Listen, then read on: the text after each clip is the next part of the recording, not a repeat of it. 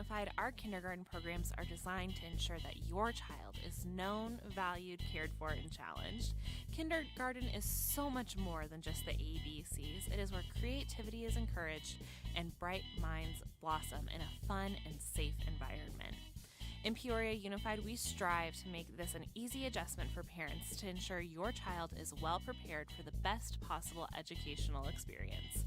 If you have an incoming kindergartner who will turn 5 by September 1st, 2024, visit peoriaunified.org/kindergarten for more information about how to reserve your child's seat in our kindergarten program. Enroll today.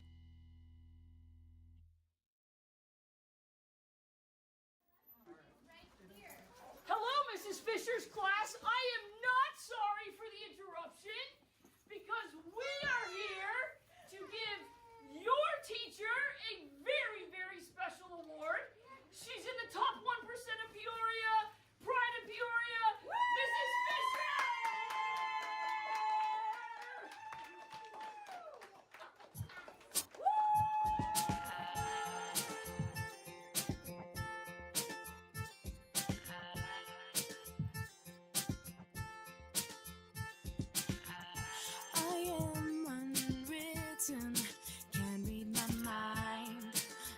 Undefined.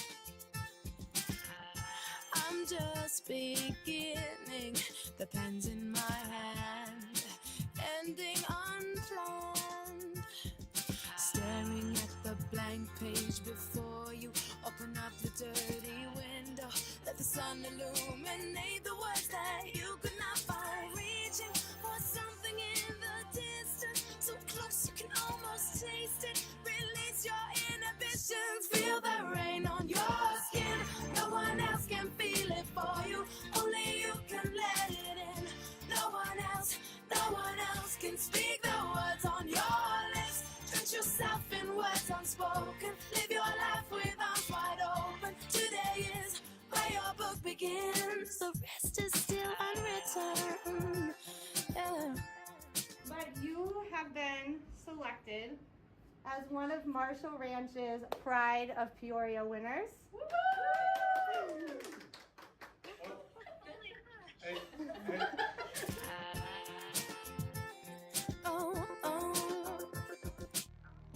I break tradition. Sometimes my tries are outside the line. We've been conditioned to not make mistakes, but I can't live that way. No.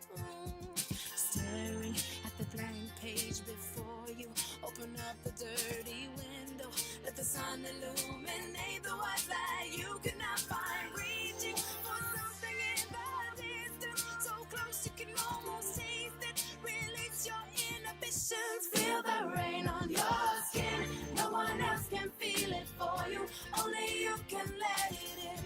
No one else can speak the words on your lips. Drench yourself in words unspoken, live your life with arms wide open. Today is where your books begin. Feel the rain on your skin. No one else can feel it for you, only you can let it in. No one else can speak the words on your lips. Drench yourself in words unspoken, live your life with arms wide open. Today is where your book begins, the rest is still unwritten.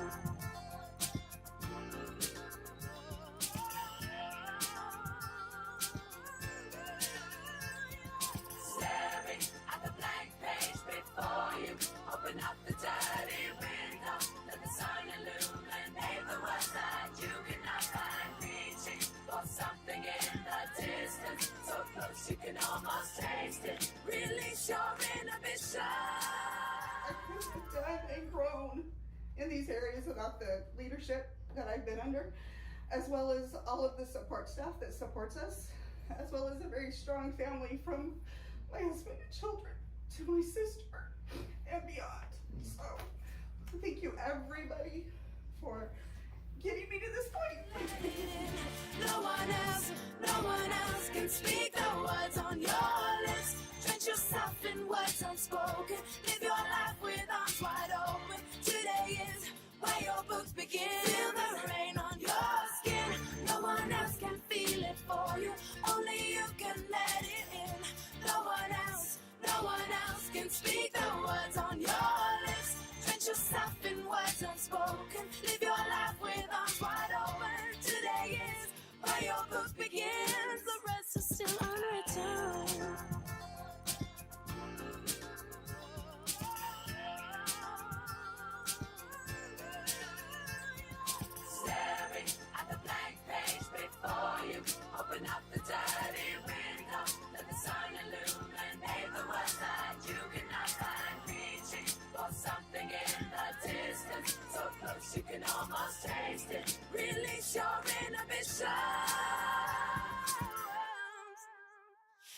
the rain on your skin. No one else can feel it for you. Only you can let it in. No one else can speak the words on your lips. Drench yourself in words unspoken. Live your life with arms wide open. Today is where your books begin. Feel the rain on your skin. No one else can feel it for you. Only you can let it in. No one else can speak the words on your lips. Drench yourself in words unspoken.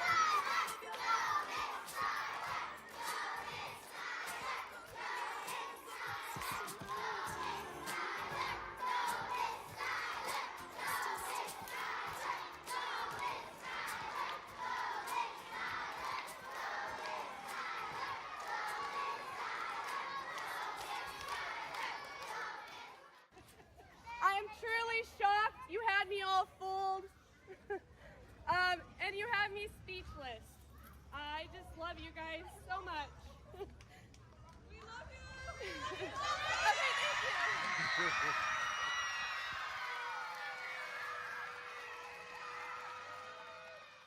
Are you looking for a fulfilling career? Peoria Unified School District has openings at all levels. With outstanding benefits and professional growth opportunities, there's something to help you feel fulfilled and appreciated each and every day. Join the community where experienced educators have their expertise valued, where new teachers are supported from day one, and where those who are passionate about education reach their full potential. Welcome to Peoria Unified School District, where every day is an opportunity to make a difference. Visit us online.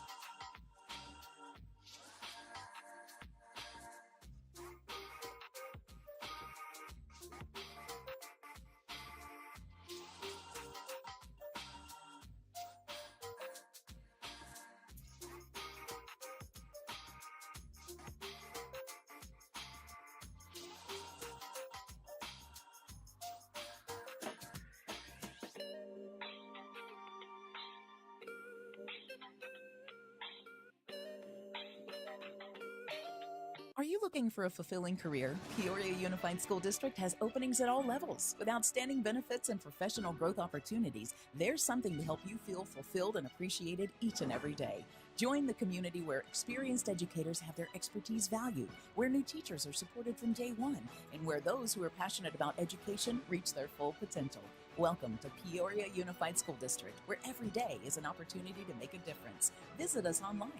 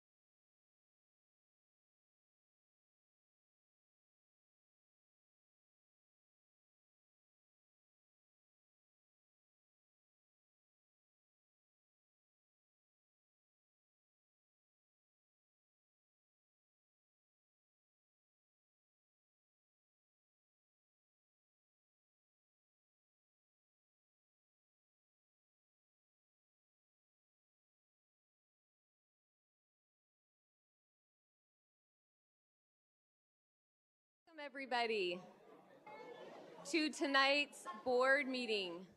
We're so excited. We have a very full house and lots of exciting things happening tonight. So I'm going to call this meeting to order at 6:04 p.m. This meeting is going to be a little bit different. We have to convene a public meeting. So we're going to start with that. Item 2.1. We're going to convene public hearing pursuant to ARS 15-905 and ARS 15-905Q for the review of revision number 2 to the expenditure budget, including maintenance and operations, district additional assistance, and classroom site fund budgets for fiscal year 2024. Turning the time over to Ms. Myers. Yes, well, thank you and good evening, President Proudfit, members of the governing board, Dr. Summers, colleagues, and community. This evening, I will present information related to the second budget revision for Peoria Unified's expenditure budget for fiscal year 2024. Tonight, I will review the requirements related to budget revisions and highlight the main changes to maintenance and operations, district additional assistance, and classroom site fund budgets. I will also provide information on grants and cash-controlled funds. A public school district must adopt an annual fiscal budget each year by July 15th, and districts can revise their budgets in the months of December and May during the fiscal year. The budget revision being presented tonight allows the district to recognize average daily membership or enrollment related budget adjustments, as well as budget to actual expenditure adjustments before the fiscal year end is completed. I would like to thank Veronica Fabella and Araceli Angel, our budget analysts, who assisted me with tonight's budget revision. The annual expenditure budget for maintenance and operations, also commonly known as M&O, is the fund where most of the district's day-to-day expenditures take place. And this includes regular education, special education, as well as salaries and employee benefits, supplies, utilities, transportation. Point of order, President Proudfit. I believe we missed making a motion to convene and vote on convening the public hearing. Perfect. Should we go back to do that? Was a vote needed, Ms. Myers? Mr. Molino, yes, it is. Thank you for that point of order. Also, as we're stopping, we do not have on our screens. The PowerPoint is not on our screens.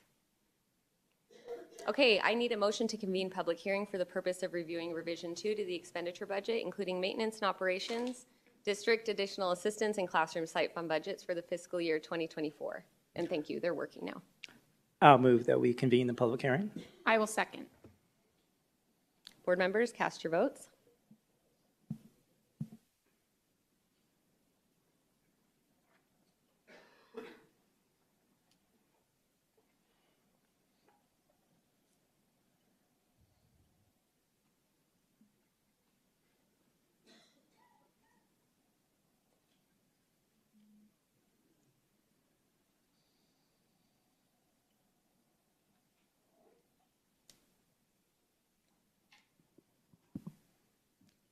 President Proudfit and members of the board, I do see that the vote passed.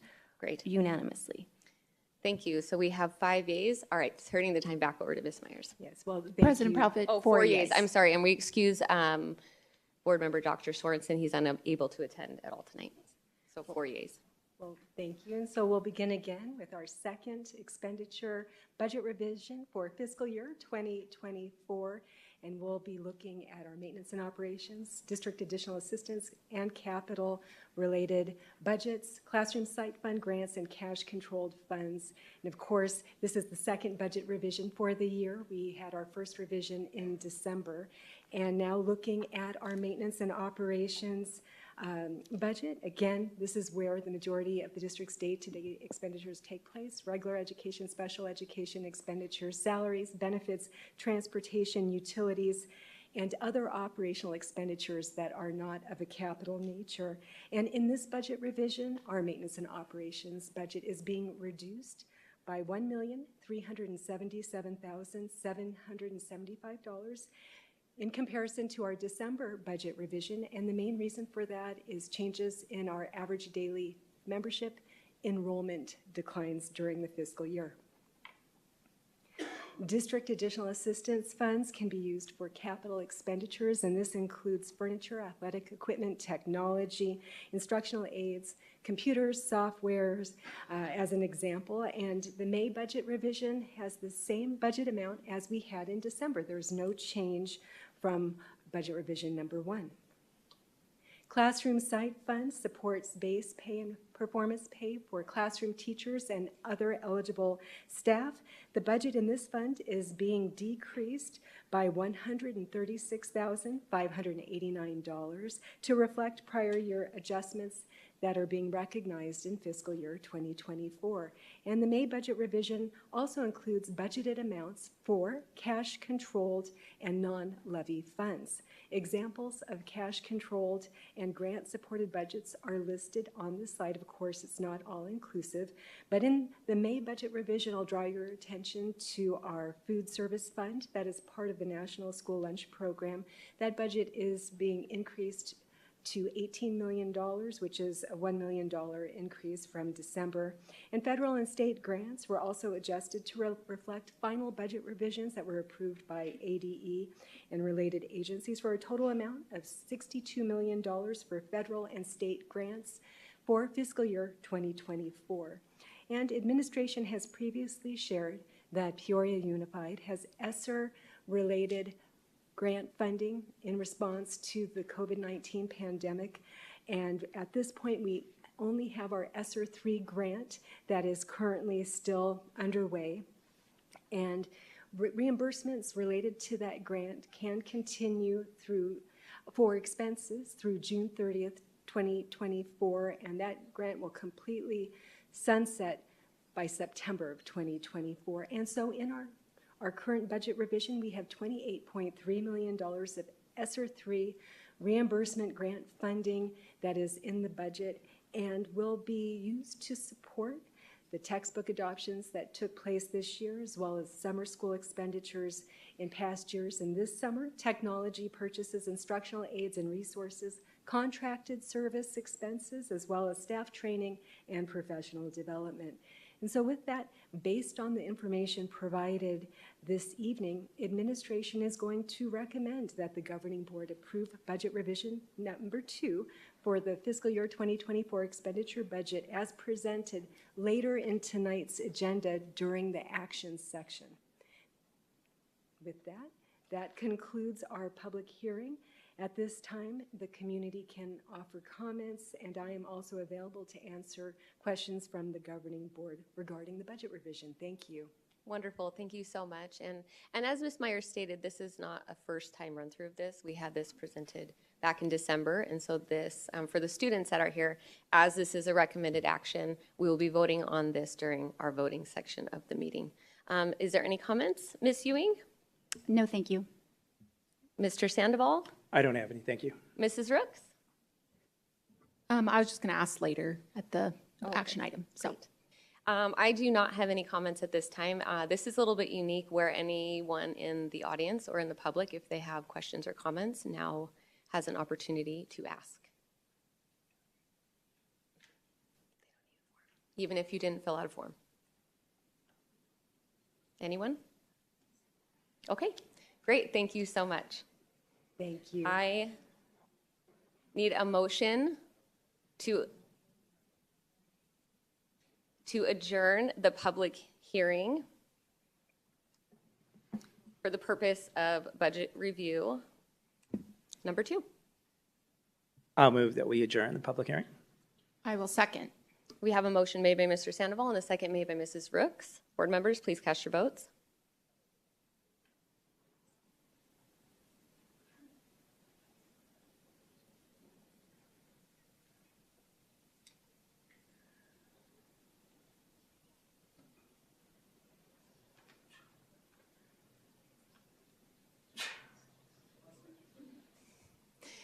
Motion passes with 4 yeas. Thank you, board members. We're going to be in our opening exercises, section 4.1, with our moment of silence. And then, Ms. Ewing, will you please lead us in the Pledge of Allegiance?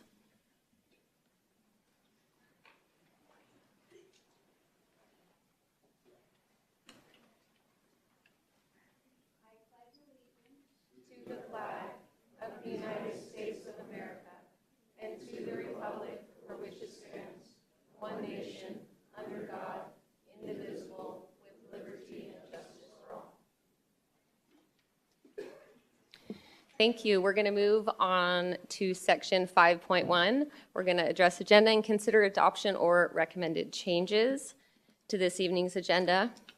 I have one item to pull for public comment. That is item 712.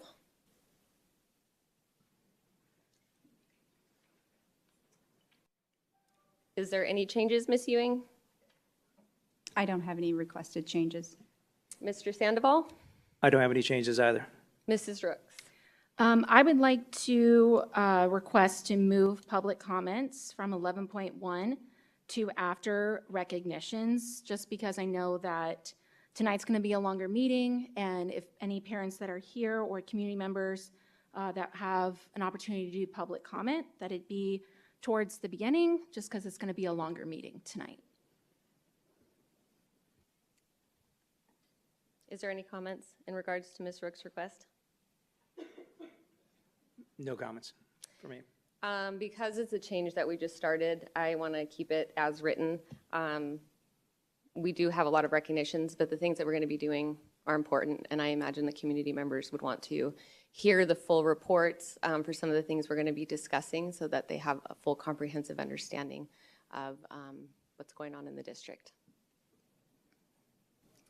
Okay, so I need a motion to adopt agenda minus 7.12. I move that we approve the agenda minus 7.12. I will second. We have a motion made by myself and a second made by Mr. Sandoval.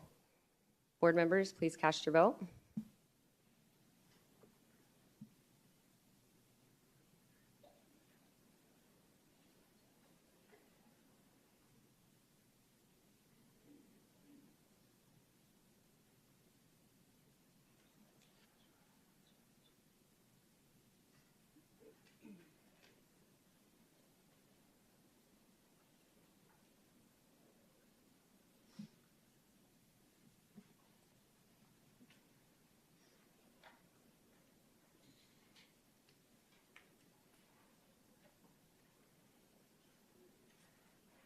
Motion passes with 4 yeas.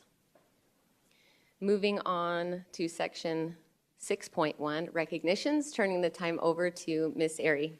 Well, good evening, President Proudfit, members of the board, Dr. Summers, and many, many very patient guests who have joined us in the room tonight. It is that time of year where we are celebrating so many things, and we know it's very cozy in here, but I want to thank all of you that have joined us tonight for recognitions because we do have some things to celebrate. So I have 3 formal recognitions for us tonight, President Proudfit, and so if I may, I would like to begin with a very exciting academic recognition that we have to celebrate tonight. Many of you may or may not be familiar with the Flynn Scholarship, and it's one of the most prestigious merit scholarships in the nation. The Flynn Foundation's goal is to develop enriched educational experiences and expand scholarship recipients' life and career options while creating a challenging educational environment that students experience at the nation's most selective colleges. The Flynn Scholarship is valued at over $130,000 to cover tuition, housing, and meals at a public university in Arizona. It also includes 2 experiences to study abroad and access to a network of previous Flynn scholars, and we have had many in our school district. We're extremely proud to share that we have a Flynn Scholar among us this evening. He is also one of 20 high-achieving students in Arizona to receive this prestigious honor. This Ironwood High School student is a member of the National Honor Society and Spanish Honor Society. This fall, planning to attend Arizona State University and study secondary education with an emphasis in history and a minor in political science.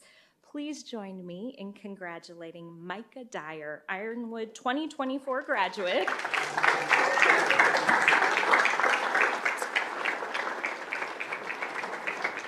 Micah, I'll ask you to stand so everyone knows who you are.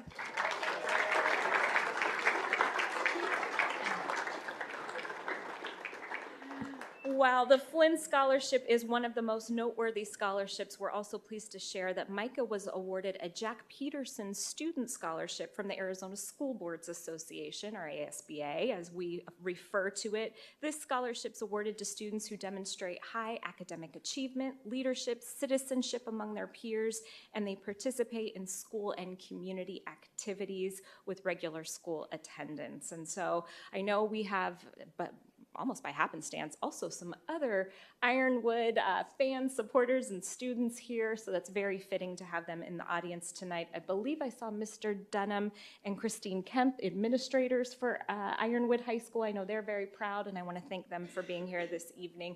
But President Proudfit, at this time, I will turn the microphone over to you for any comments from the board for Micah. Congratulations, Micah.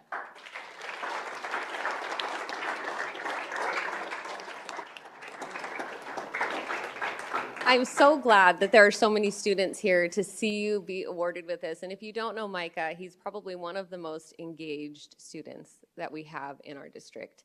As you know, I'm a parent of high school kids in the district, and as I've talked to my kids about why student leadership is so important, they kept saying, well, why, Mom? Why do you always push this? Why are you thinking it's so important? And I finally figured it out, I think.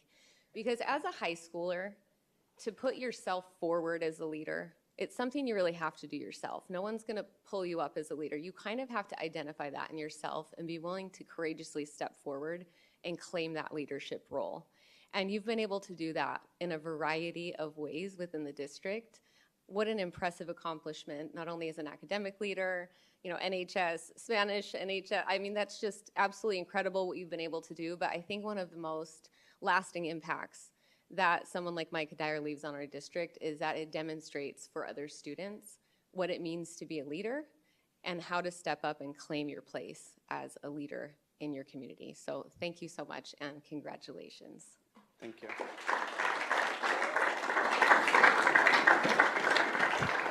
Ms. Ewing? Congratulations, Micah. I got a chance to get to know you last year and continue to watch you grow in your leadership and in school. And I'm so excited to see what you do beyond high school. And just to let you know, every single person that I meet that has met you has always said Micah is amazing. So you have a lot of fans out there and a lot of people who recognize all your hard work and recognize the value of your leadership. And I really appreciate everything that you've done for the school and you've done for the city, and you've also done for across the district as well. So thank you and congratulations. Thank you.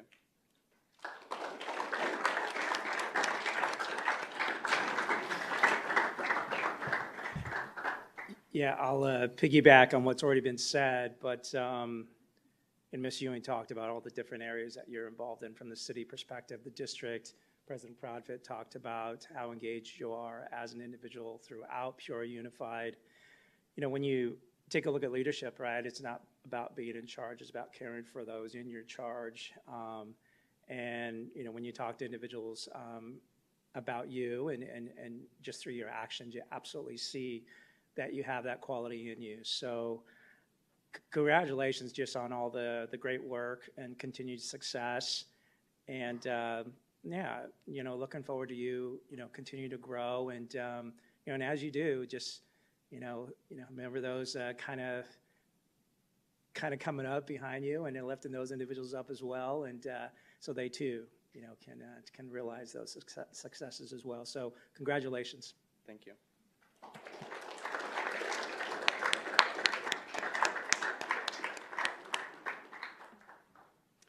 Yes, congratulations, Micah, to you and to your teachers that helped you through your schooling, and also to your parents. I know that they're back there, I think, sitting next to you, so congratulations to them as well.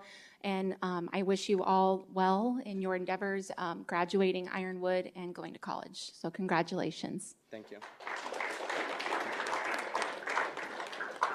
And if I may, just quickly, I wanted to point out and say thank you to my mom and dad who have helped me and supported me in all the different crazy ventures that I decide to do.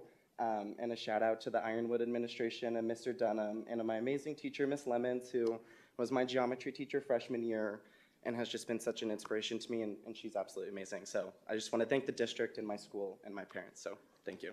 Thank you.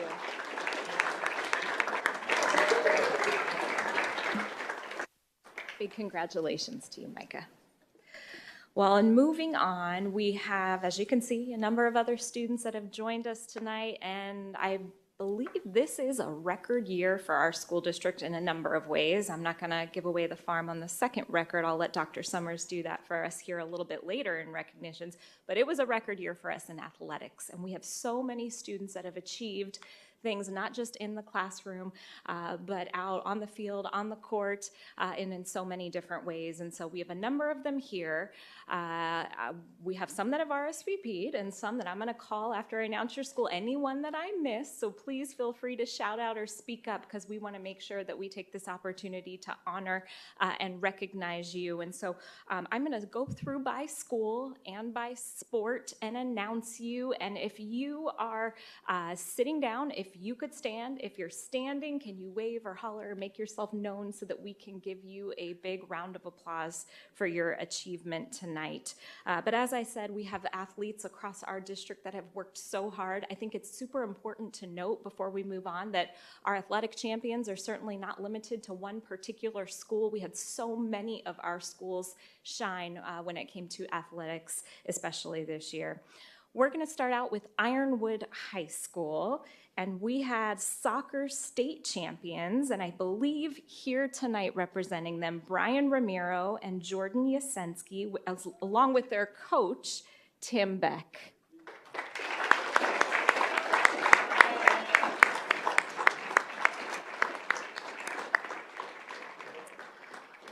Also from Ironwood High School, Alyssa Ridgely and Sasha Tihor, who are badminton state champions, joined by their coach, Brett Stafford.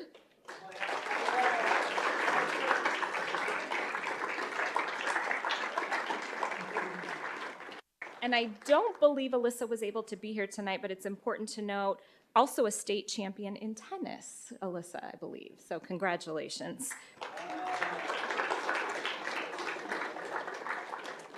And I'm hoping we didn't miss anyone, but we've got Landon Jones, Mawood McKay, Joshua Dillard, Victor Vu, Landon Brownstein, Aya Shadavine, Dino Yukic, Blake Carabio, Caden Wetzel, Henry Bacco, Ricky Denman, Carson Dean from the boys basketball team. Are you here, boys basketball team? Okay. Did I miss someone? Did I miss a lot? Did I miss a handful of you? Who did I miss? I just said the name wrong. I'm so sorry. It's a growth opportunity for me. So thank you. And I believe their coach is here, Jordan Augustine. Coach here? Yes, coach. We also have tonight Jonathan Carey, who's a state champion in diving, here with us tonight. Awesome. And Coach Lisa Lopez from Ironwood's 5A Unified Flag Football Team here.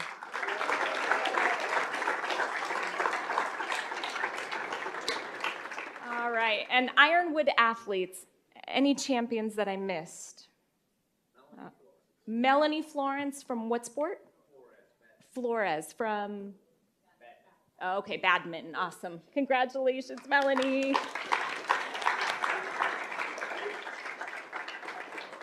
Well, big congrats. Oh, some wrestling champions. Okay. Could our wrestlers stand? Our Ironwood wrestlers? We have Ironwood wrestlers. Awesome. Congratulations. Congratulations.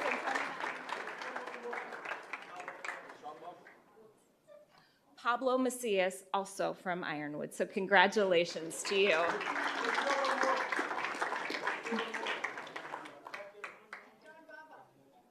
John Bamba, Sean from Ironwood basketball.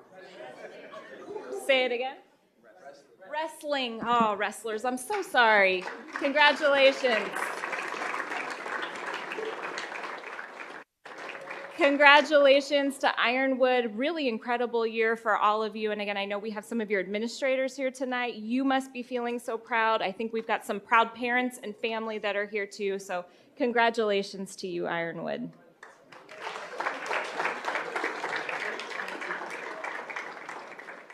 We are going to move on to recognize Liberty's champions, and we have Lola Hunt, Cameron O'Grady, Lily Hunt, and Claire Avery from the girls wrestling team, joined by their coach, Eric Brenton.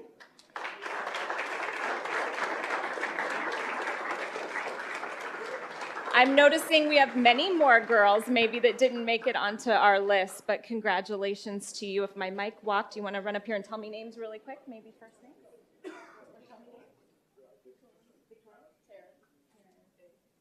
Victoria, Taryn, and Faith, also from Liberty Wrestling.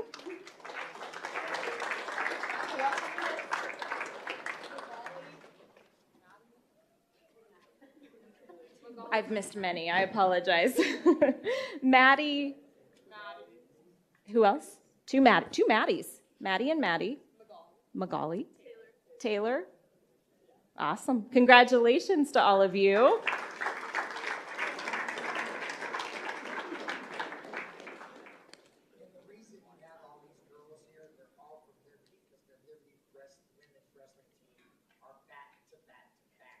Back-to-back-to-back state champions. That was my next line. I had ya. Huge congratulations to you all and on a great program that you have up there. We also have Coach Mark Wood representing the 6A Boys Division state champions in basketball. Over here, Mr. Wood. Yes. Congratulations. And I believe Adam Croy, who won the D1 state golf champion, joined by his coach, Rob Anderson. With us. From Liberty. Any other Liberty athletes? We want to give a big shout out. Liberty had a phenomenal year. Many other champions too. Well, we're going to move on then to Raymond S. Kellis High School. So keep the clapping coming. We've got one more school to get through. Oh, wait, Miss Ari, I can see the faces of the Liberty boys. Some of them are my students. They really want their names announced. Oh, all right. Jackson Hunter. Yeah, okay. You're going to have to tell her your names, everyone.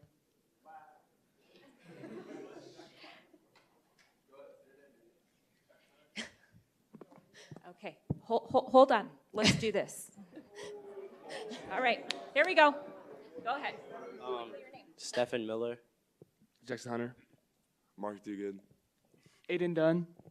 Jacob Hunter. Keegan Coulter. Nicholas Topolosi. David Ani. Ring Neri. Vincent Busalaki. Very good. Okay, any of you that I missed? Did I get to know? Is there a name correction that needs made? All right, let's do that. Ayer Shadovine. Thank you. Thank you for that. Thank you for that and for your patience. Thank you, President Proudfoot. All right, we've got Raymond S. Kellis, our last one. Rylan Taylor, state champion in wrestling and tennis. Is that right? Very exciting. Not tennis. Okay. Joined by Coach JT Taylor. GT Taylor. All right. Congratulations. And please know, this is only a portion of the athletes from across the district. And so the athletic championships, certainly something our school district is known for. How about one more big round of applause for all of our athletes tonight?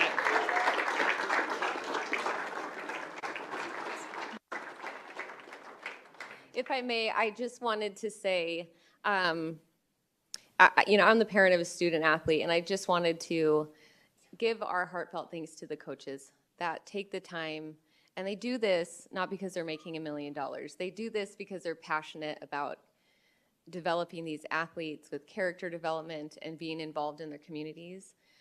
Sometimes athletics are the things that absolutely change the educational experience, and I can say for my children, coaches become a very special mentor in someone's life. And so thank you so much for taking the time and for dedicating yourself to these athletes. The fact that all of these athletes showed up and that all of you showed up really says something about the commitment to the district and commitment to the craft. So thank you so much.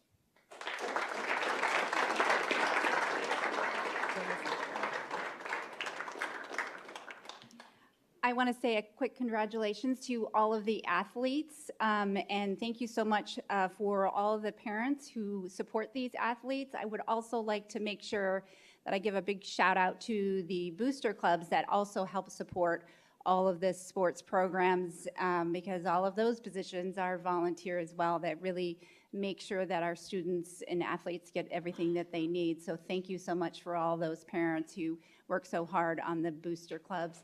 Congratulations, students. I can't wait to see you guys play next year.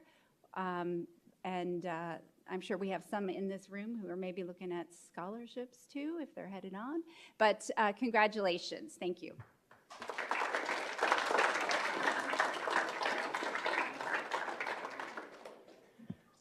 Yeah, I'll be brief and piggyback on both statements that have already been made. But being in my 8th year as a board member and getting to know a lot of you coaches very well and seeing how you engage with your student athletes is inspiring without question.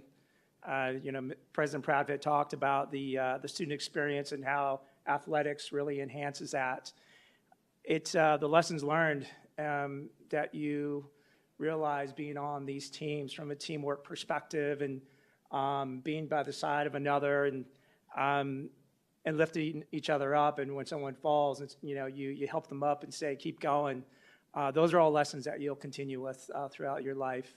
So coaches, leadership, parents, student athletes, congratulations on your achievements, and just continue the great work and keep being who you are, and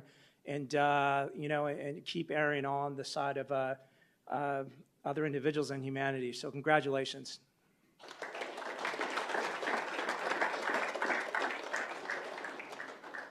So I just want the athletes in here to know that as board members, this is the best part, is seeing you guys come to the board meeting and being able to recognize all of your achievements throughout your school career with your teams, with the amount of practice that you guys go through, all of the hours that you spend, your parents that drive to your games to make sure that they don't miss them. The booster clubs, obviously I was going to mention that too, because I know that that's a lot of work as well. And I feel like that to me as a board member is being able to see you guys here tonight and just seeing your excitement of all of your achievement the whole year. And the coaches, thank you so much for what you're doing for these kids and for their future.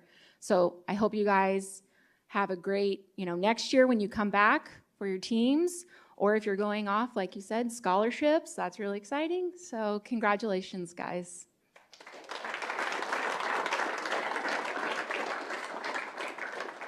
All right, we have a lot of athletes and we love you all. And if you want to stay, you are more than welcome to. But you are also welcome to leave if you do not want to stay for the rest of the meeting. We have a lot of people standing in the back, so we'll give them a minute.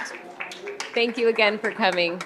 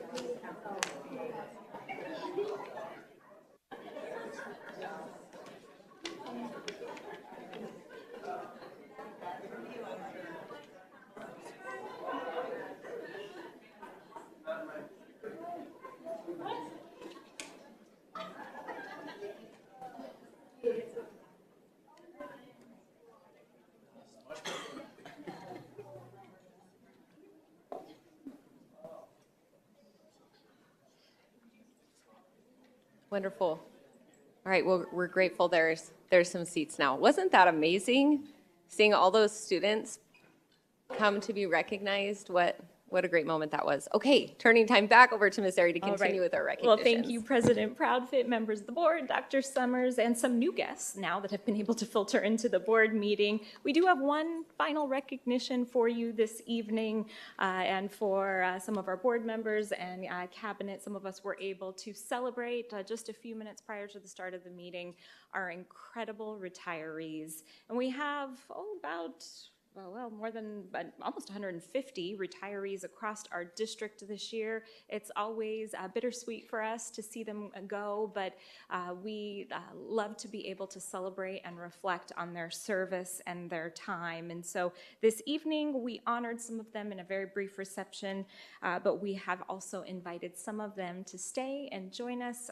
We invited all of them, rather, to stay and join us. We know many of them went on to other celebrations this evening, but our retirees across the district represent different positions, from teachers, bus drivers, food service staff, some of our administrative staff, and represent classified, certified, and of course administrators in our district. We have, collectively 3,360 years of service if you were to add up all of our retirees and the time that they have dedicated to our staff.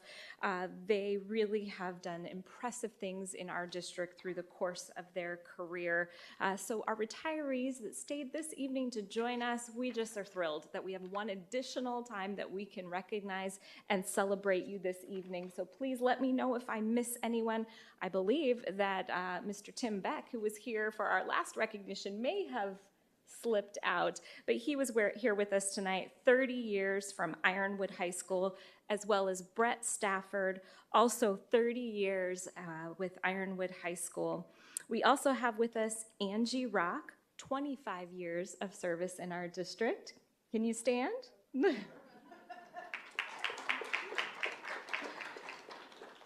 Pam Kane, 27 years of service in our district. Valerie Duffy, 28 years of service. Jen Silva, 30 years of service.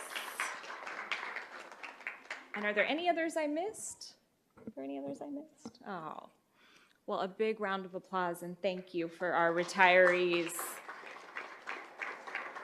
I know Mrs. Vesley had some very eloquent words to share with them and to thank them, but on behalf of our entire leadership team, we just want to thank you one more time for all that you have done for our community, for our school district, most importantly for our students. Your legacy is great, and we are so grateful for all that you've done. So thank you, thank you. And President Proudfit, I will turn it back over to you.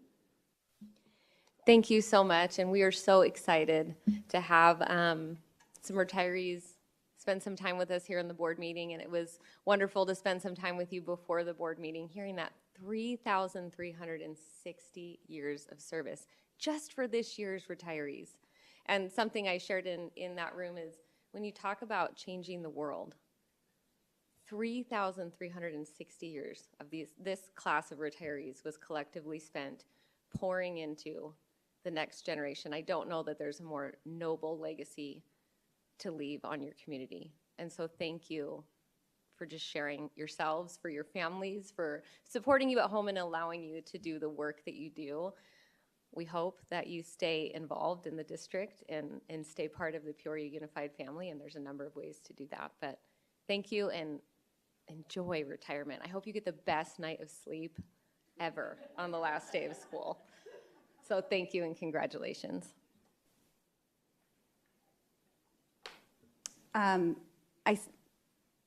Like the three of us here, we did give a speech to the whole group, but I really appreciate all of your time with Peoria. I appreciate, I think there was an individual in there that was over about 40 years with the district, so it was just amazing, and I appreciate every bit of your heart and soul that you've put into the students and into your job and into making sure that we every student every day prepared to shape tomorrow, and I I value and have a lot of gratitude for everything that you do for the district. So I appreciate you and enjoy your retirement, well deserved, and please come back and see us. Yeah, I'll paraphrase what I said earlier, but just a big thank you. You know, just the impact in the lives that you've engaged with over the years, and again, it's never ending. So I continue to be honored to sit in this seat that serves individuals who wake up every day to lift up others. But thank you for your years of service here in Peoria Unified. Thank you for your hearts and who you are and for being you. Really appreciate the years that I've had and, you know, at least, you know, spending with you in your final years here in Peoria Unified. So congratulations, well-deserved, and yeah, enjoy your next chapter. Well, first, I want to apologize for not getting here to see you guys in your retirement extravaganza back over there in the corner. I couldn't get here in time. So I just wanted to say thank you for all of your years that you have been here, every countless hours of helping the students, of coming to school early or staying late, and just working with the families and the community and the other staff.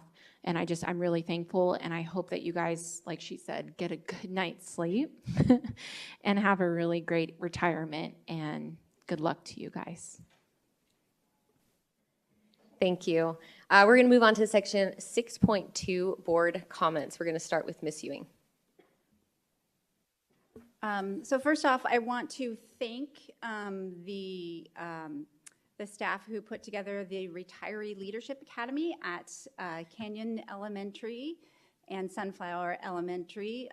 That was amazing to see all of the academics that they're working on with those students, especially in their fragile state that some of those students are there, and how they work hard every day to make sure those students are progressing at a level, at whatever level they can achieve. So constantly doing that assessment, constantly finding ways to challenge those kids. And I really, really appreciate that. One of the things the principal said is that those students that come into that school can stay all the way up until I think age 22.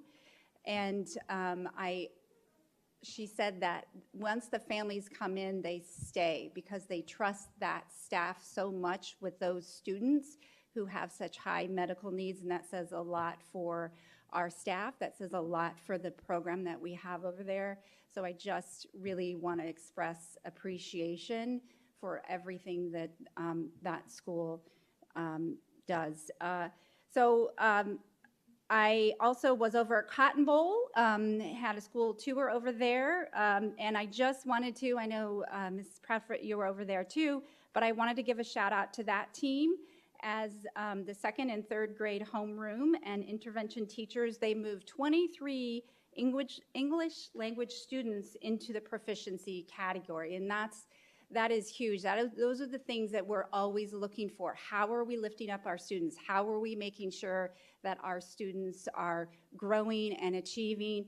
And that's just kudos to the staff and all the hard work that they're putting in there. I really appreciate them. I also want to give a quick shout out to Sean Dugood. I called them this afternoon and said, hey, or I emailed them, said, hey, I've got somebody who's in town looking to come to Liberty High School. Is there any way that you can get them in there, an honor student, a student athlete, get them in there, get them excited about Liberty? He said, no problem, and they came over there and they toured the school. So I appreciate that, that our principals are always open to showcasing the great programs that we do have in all of our schools. I know that there's more, but I can't remember all of it. So Pride of Peoria, thank you for Danielle Airy putting on the Pride of Peoria, and for all the staff that were there. It's pretty amazing to be able to congratulate our teachers that are so humble and don't like to be in the spotlight. So congratulations to all of those winners. Thank you. Mr. Sandoval? Yeah, Pride of Peoria was great as always. Perfect timing. We're in Teacher Appreciation Week, and it's top 1%. Is that right? Okay. But just I want to say thank you to all the teachers. What you do every day to lift up our students, to nurture their creativity, and again, just give them the agency and courage to follow their own path, as they go beyond the walls of Peoria Unified. So teachers, thank you. I know we had I think yesterday was Nurses Day, if I'm not mistaken. So all of our nurses, thank you for your just continued intentionality and and being there for our students, in the time of need. And lastly, I want to give a big shout out to Sunrise Mountain Baseball. I know they're moving on to the state final. I think it's next Tuesday at Tempe Diablo. So congratulations to them. I know Liberty went far. I was able to go to the Hamilton game, and just look, a lot of great things go on in Peoria Unified that we always talk about here in the boardroom, and it's because of the people that are here, the 4,000 associates. So thank you, teachers. Thank you, nurses. This is your week, and Mustangs, good luck to you next week. Thank you. Mrs. Rooks? I'm going to first start with, because I know this weekend is Mother's Day, so I wanted to give a shout out to all the moms in our district, and I hope that you have a great Mother's Day weekend and get some breakfast in bed with your family. And then I wanted to say thank you. Today I got to tour Alta Loma, so I wanted to say thank you to Allie Bridgewater for accompanying me, and Dr. Rachel Turner, the principal there. We also had the instructional coach at their school. Great conversations, really asking questions, and I really liked the initiative from the principal there. She was very strong. She was very student focused, and I just wanted to say thank you to them. I also got to tour Foothills Elementary. It was great to see one of the cafeteria workers there came up and gave me a big old hug. So she was really nice. And thank you to the principal and Mr. Nuttall. You were there. So thank you for the tour of Foothills and seeing all the different programs that are offered there. It was great. I also toured Desert Valley Elementary, and they actually left tonight a little goodie bag kind of Desert Valley t-shirt and fun little things in there. So thank you to that too. The principal I know is newly hired there, and she was very warm and welcoming, and just really you could feel the vibe on that campus of just that welcoming atmosphere. The kids were excited, the teachers were excited. So I really liked that. And I was going to also say happy School Nurse Week. I know my kids love the school nurse at Vistancia. I also wanted to say happy Teacher Appreciation Week. I know that my kids' teachers, one of them is Miss Tooby. She was here at a board meeting. She does a lot for one of my kids. And I also wanted to, it's kind of in that teacher realm, thank you to Mrs. Leah Shanley, the band steel drum teacher at Vistancia. She just returned with all of the 7th and 8th grade steel band students from Disneyland. They performed there, the steel drum students, and it was a really great performance. I know that she put in a lot of work into that and volunteering and long hours of supervising kids. And I also wanted to say thank you to the assistant principal, Mrs. Moss, but Mrs. Steele now, she's married, and all the volunteers that signed up to go, because we went and it was exhausting and fun, but I could see that the volunteers were like, they were really giving it all for those kids. I also wanted to then say, thank you to the teachers who partner with the parents, who really focus on supporting the students, and who have also reached out to bring up concerns that they have. And, I know that my son's 7th grade teacher, Mr. Garcia, and our educational strategist at Vistancia, Mrs. Pearson, they're leaving, and I just wanted to wish them well. And I know they'll be dearly missed at that school and all of everything that they've done this year.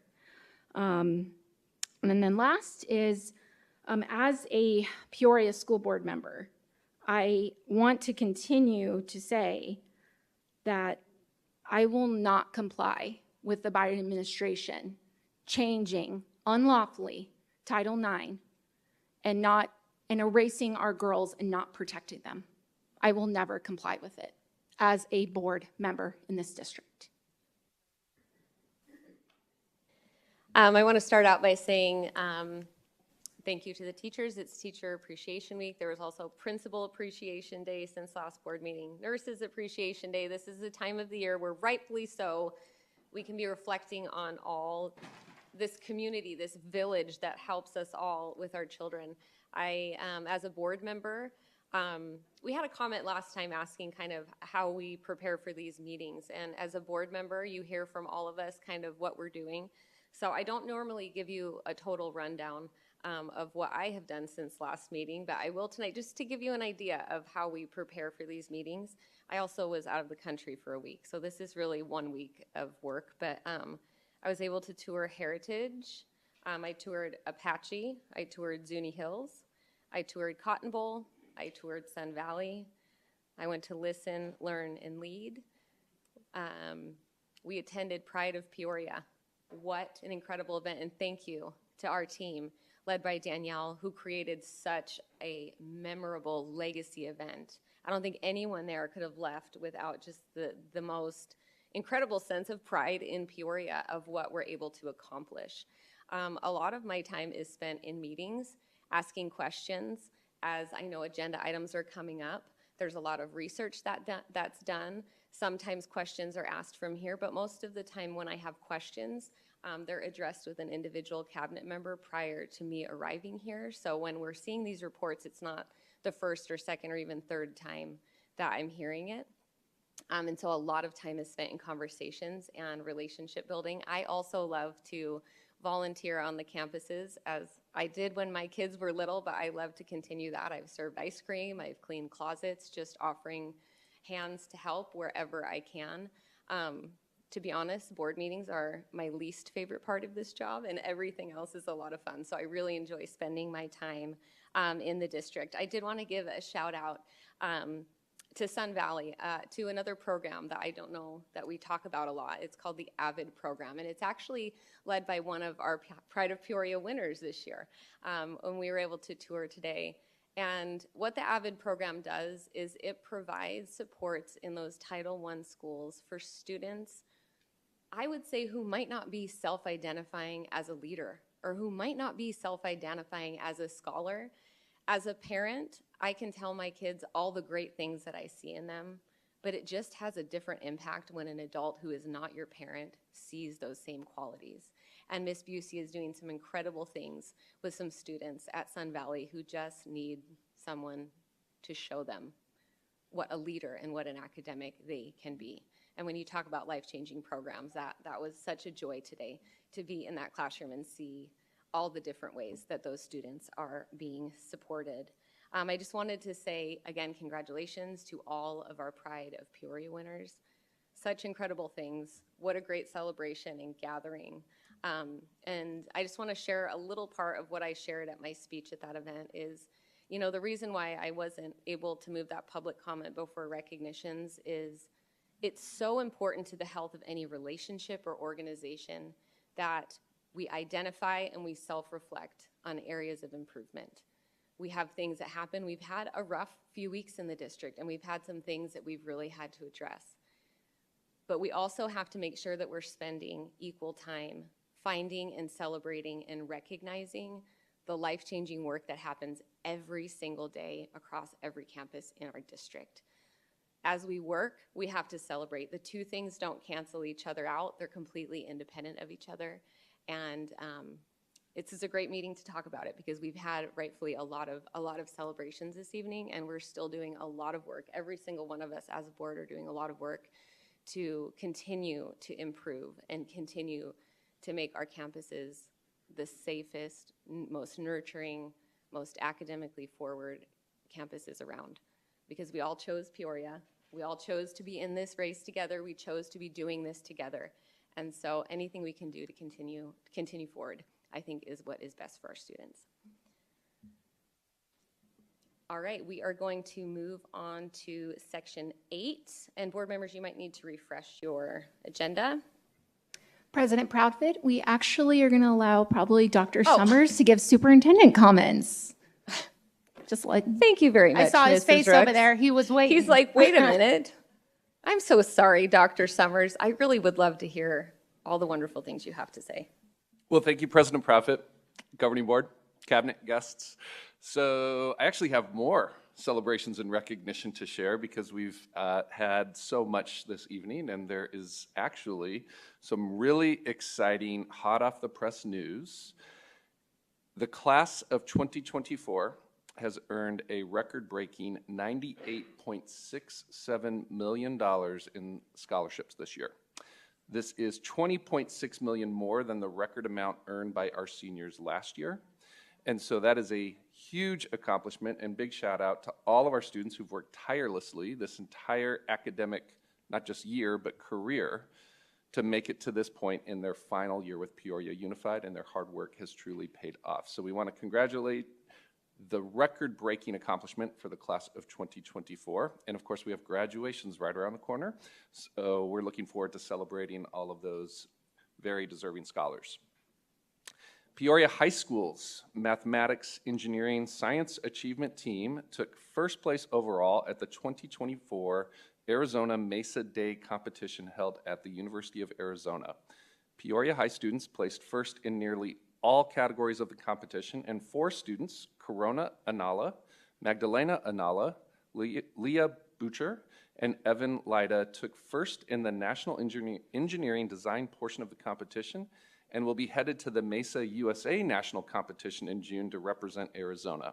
So we want to congratulate Peoria High Mesa on your continued excellence at this event, and best of luck to our 4 students representing us at Nationals.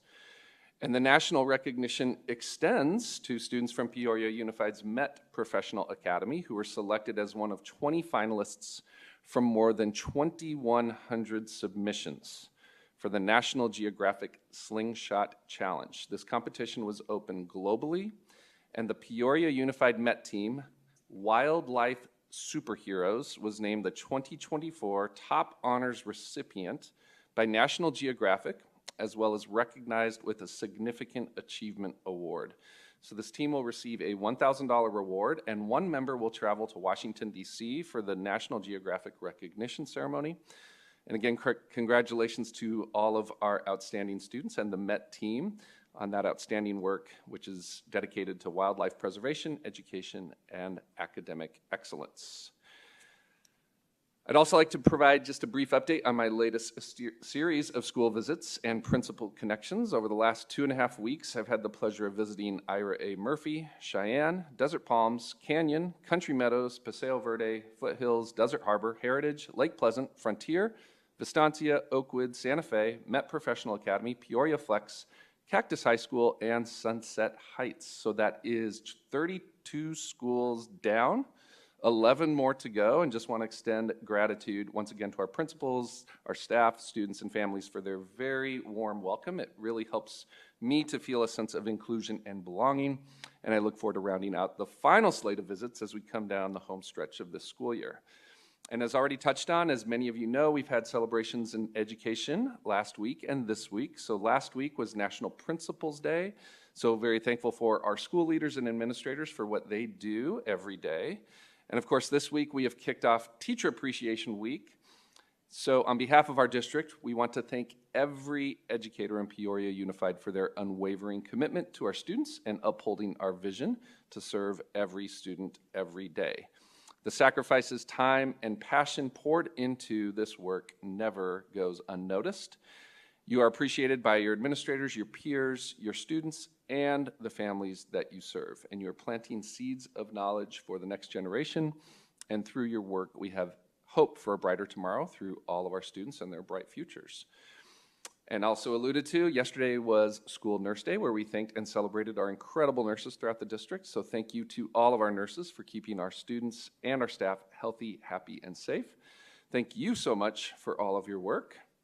And tomorrow is School Communicators Day, where we get to celebrate school communicators and all they do to provide clear and consistent communication to students, staff, families in our community, which supports the community connectedness area of our district's strategic plan. So we want to thank our communications and public relations team for all your work to support our schools, and additionally, I'm very pleased to share some exciting news building off of our communications and public relations team, in that we have the honor of announcing Danielle Airy, who's been nominated for a very prestigious recognition. The National School Public Relations Association, or NSPRA, has introduced the National School Communicator of the Year Award. This award aims to acknowledge the remarkable leadership and contributions of active frontline school communicators. 27 dedicated NSPRA members were nominated by their respective state/regional chapters for this esteemed national honor. These nominees were initially chosen by their local chapters as Communicator of the Year, and you'll recall that Danielle received state-level recognition from the Arizona School Public Relations Association, demonstrating her exceptional dedication and skill in school communications. And from this group of 27, we're very pleased to announce that Mrs. Airy was named as one of 4 finalist nominees for the inaugural National School Communicator of the Year Award, as determined by a blue ribbon panel of judges. So we want to congratulate Danielle on this well-deserved and outstanding nomination.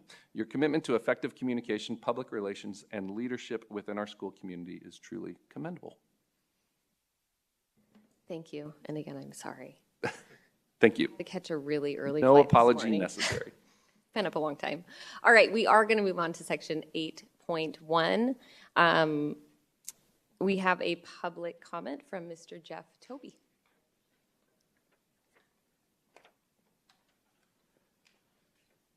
Good evening, Board. So reference this contract, I just had a question. It is some type of consortium group where we're going to be participating. I'd just like some more information on it. It seems like it's a 5-year commitment, and it lists the Paradise Valley School District as the financial agent. So it doesn't say how much we're contributing, and it also says it's renewable for an additional 5 years automatically. So it's a 10-year commitment that we are doing in the district. I know we've had a long-standing commitment on this, but I'd just like to learn a little bit more about it and how much, on average, have we been paying into this fund. Thanks. Thank you. Mr. Molino, can you follow up with Mr. Toby, please? Thank you.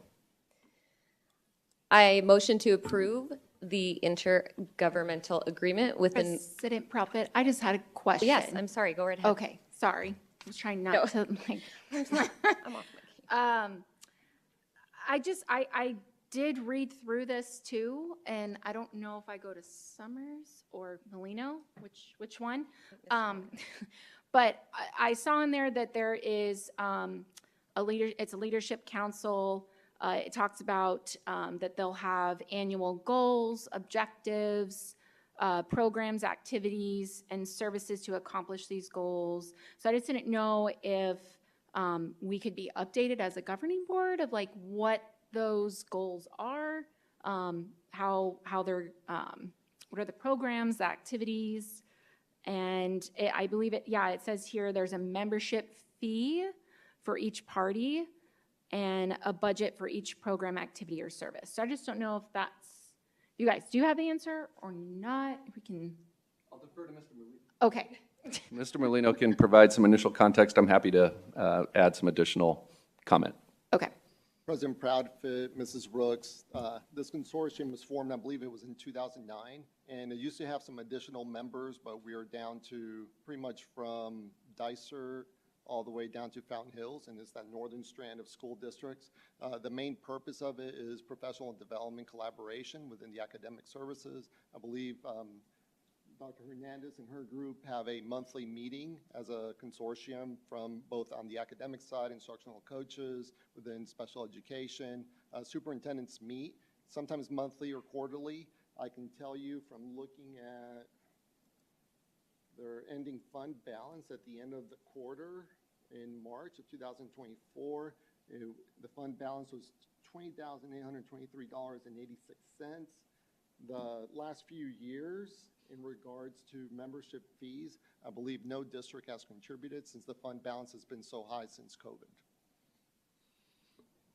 Okay, thank you. I appreciate that. And I'll just ask maybe at the end of the meeting if. Well, I was just going to echo Mr. Molino's comment. At this time, and I attended my very first of however regular those meetings with other superintendents will be held. So one of the discussion points was there will be no membership fee for this upcoming year. I don't anticipate that there will continue to be a fee. If that is something that certainly changes, we can certainly update our board. The whole premise is really just a professional network of sharing best practice and collaboration, as Mr. Molino mentioned, with our academic services. At times, we can also loop in our student services team. So it's just really a network that allows for that professional collaboration to occur across those districts. Okay, thank you. I appreciate that, Dr. Thank you. Summers. And Mr. Molino, thank you. Is there any other questions, comments? Okay. All right, I move to approve the intergovernmental agreement with the North Valley Education Consortium for the 2024 through 2029 and authorization for the board president to execute the agreement on behalf of the governing board. I will second. There is a motion made by myself and a second made by Mrs. Ewing. Board members, please cast your vote.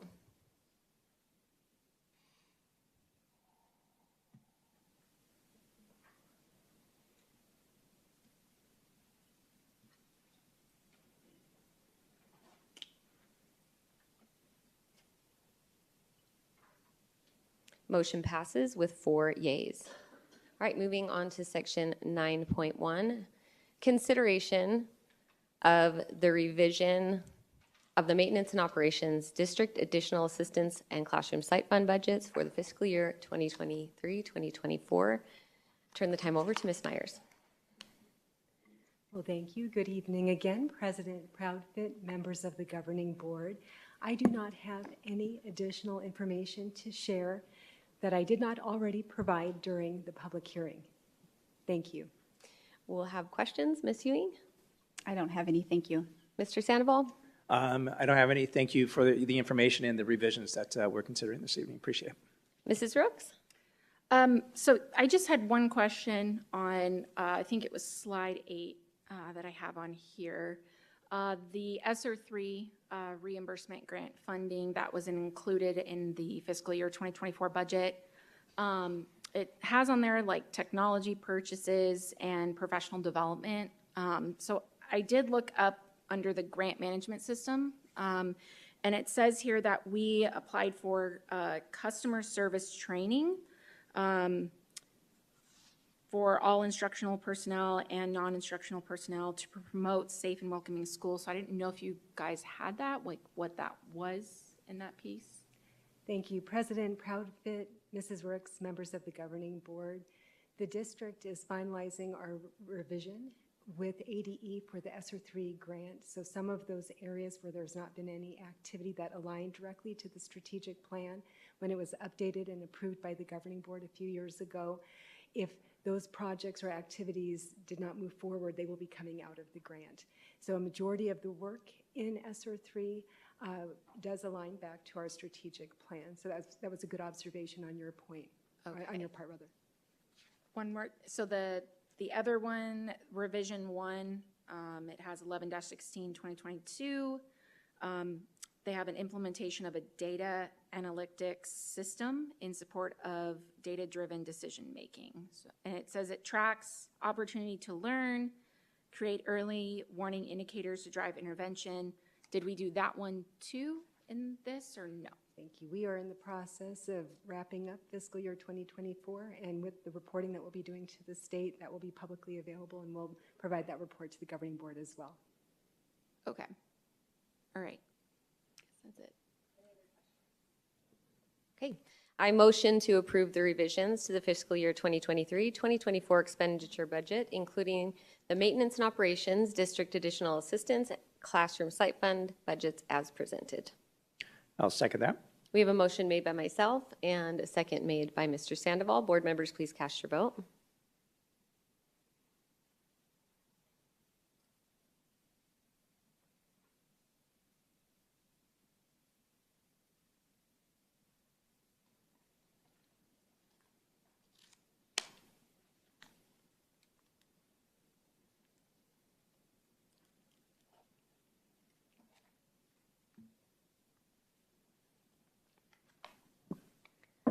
President Proudfit and members of the board, I do see that the motion passed with 3 yeas and 1 nay. Thank you. Moving on to section 9.2, consideration and possible adoption of a resolution ordering and authorizing all matters necessary, for a $120 million bond election to be held on November 5th, 2024. If this resolution is so adopted, the deadline for submitting arguments with respect to it is August 9th, 2024 at 5 p.m. We do have some public comments tied to this item, so we'll start with Mr. Josh Gray. Or do you want to do the presentation first? Okay. Yeah. We'll have Ms. Myers do it, and then we'll have your questions. Thanks. Thank you very much. Good evening again, President Proudfit, members of the Governing Board, Dr. Summers, colleagues, and community. Thank you for the opportunity to present information related to the resolution to call for a bond election on November 5th, 2024. Tonight, I will highlight the Citizens Advisory Committee recommendations that were presented in detail on April 25th, 2024 to the Governing Board, as well as the categories that will be part of the $120 million bond authorization and associated tax rate. At the April 25th Governing Board meeting, administration was directed to work with the district's professional advisors to bring back a resolution that would formally call for the bond election. Accordingly, the resolution is being brought forward tonight for consideration and approval as part of this agenda item. Tonight, I am joined by Mr. Paul Gales with the law firm Greenberg Traurig, bond counsel for the district, as well as Mr. Jack Leeper, director with Stiefel Public Finance, and both Mr.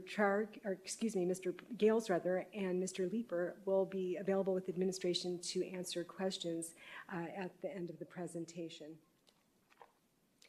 At the April 25th Governing Board meeting, administration shared that the district convened a Citizens Advisory Committee that met throughout the spring to consider the district's current priority and essential projects, security, technology, transportation, and related capital needs. And the committee also reviewed the district's budget, current tax rate, bonding capacity, demographics, enrollment projections, and input from a public opinion survey. And as part of the meetings, the committee also reviewed a variety of potential bond scenarios ranging anywhere from $75 million to $325 million. And during that time, it was noted that bond scenarios up to $120 million could be managed without a property tax rate increase.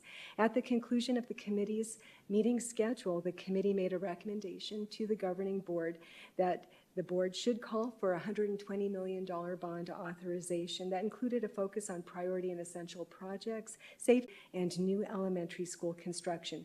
The recommendation did not include new high school construction or an amount for high school land to be purchased. And on April 25th, we had an illustrative example that erroneously listed high school land, and I want to draw that to your attention. That was not part of what's coming forward, and I'm highlighting that again tonight. The recommendation then became the basis for a resolution formally calling for the bond election and the development of a voter information pamphlet summarizing the types of projects and dollar amounts associated with the $120 million bond authorization, as well as associated tax rate information. The associated resolution is attached to this agenda item.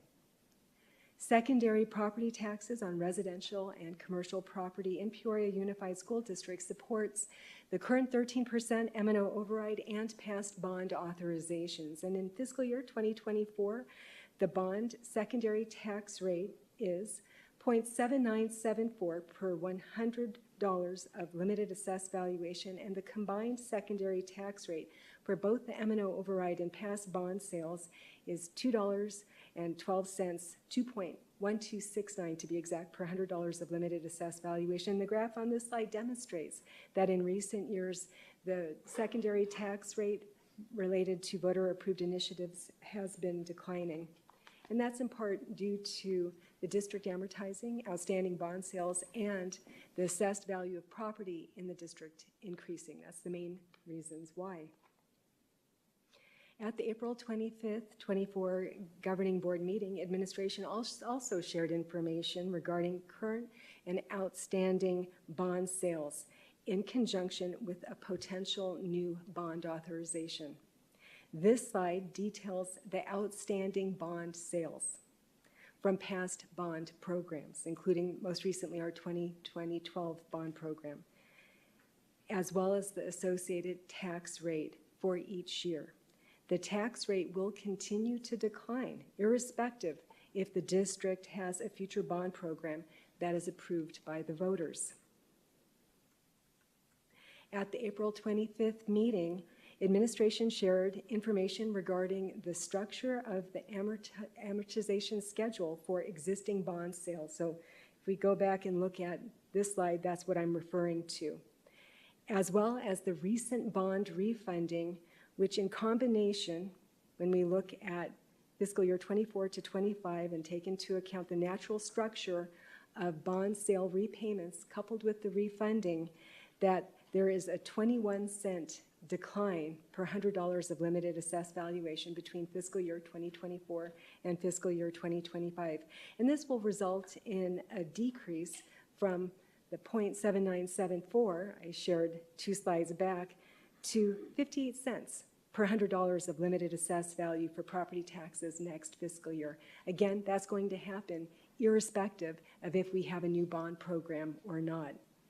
If a new bond program is approved, the tax rate in fiscal year 2026, which would be the first year that would apply to the new tax rate and bond program, would be 57 cents per $100 of limited assessed valuation, which is 1 cent lower than fiscal year 2025. So I'm revisiting some of that information that we shared last board meeting. And so this slide we presented on April 25th, and I'll draw your attention to it again. The blue bars represent the district's current outstanding bond sales that we just reviewed that are being amortized over time. The gray bars represent the potential new bond authorization. If a new bond program is approved, the tax rate in fiscal year 2026 will be 0.57 per $100 of limited assessed valuation, 57 cents. And that would continue to be the maximum tax rate in future years based on current and projected property tax values and the district's current plans for issuance of bonds. The example tax bill shows an average home in Peoria and an average home in Glendale. And of course, when we look at property taxes and assessments, there's the fair market value, and then there is, or full cash value, limited property value, limited assessed value. So they're all calculations that come from the Maricopa County assessor. And what I can share with this property tax bill example is the highlighted portion, the gold bar, and I mentioned this again on April 25th, is related to the qualifying tax rate, which is part of the state of Arizona's funding formula for public schools. And irrespective of if Peoria Unified has a bond or an override in the future, that tax rate is set at a state level. And that's in contrast to voter-approved initiatives like bonds and overrides. And so even if we don't have a future approved initiative, that qualifying tax rate will be in place with the current funding formula. Using this example, an average Peoria home, Peoria tax bill example, and assuming that the limited assessed valuation in 2026 is the same as it is in this example, there would be a 22-cent decrease per $100 of limited assessed valuation based on what I just shared with the natural structure decline, the refunding, and then the additional 1 cent that would be maintained with the decrease that was already going to occur, which equates to approximately $42 a year. Tonight, administration will ask the governing board to consider the bond resolution for approval. This concludes the presentation. Administration and the district's professional advisors are available to answer your questions. Thank you. Thank you very much for presenting that information to us again, and for all the information you have presented to us over study sessions and our last board meeting, and for all your hard work with this bond. Start with Mrs. Ewing. I don't have any questions, but I just want to say thank you so much for all your hard work on this, and thank you so much for leading the Citizens Advisory Committee through all of this information. And I really appreciate how what's being brought forward is also being very fiscally responsible, in that I know that there was quite some years back, there was a big push for high school, but if you look at the numbers, it's just really not showing the growth that we're ready to go out for that high school at this particular point. And I appreciate that that group of individuals is willing to make, is using all of the information to really make data-driven decisions that's in the best interest of the needs of the community. And I know that, you know, we have, Peoria has a mayor who's got really aggressive economic plans for growth with a lot of businesses, and it's going to be really important for those businesses to have really great public schools. When those companies come in, they're always looking for good workforce, and our students and our schools can provide that. So I know it's really important that community members support this and support our public schools and support the infrastructure. So I really appreciate that, and I'm looking forward to voting for this. So thank you. Mr. Sandoval? Yeah, thank you again, as always, for the presentation. All my questions were answered at the last presentation when we had the committee here as well. But just, I appreciate the intentionality and thoughtful in bringing forth something that lifts up the district, which, you know, lifts up our students, that considers the district from a holistic perspective, from our aging schools to a, you know, from a growth regard, while being good stewards of the public dollars. So thank you. Mrs. Brooks? Ms. Myers, I just had one question on the official ballot PDF file. It was on after page 3, so page 4. Thank you. And if I may, Mrs. Brooks, I'm going to ask for that to be pulled up on the screen. Sorry. Thank you.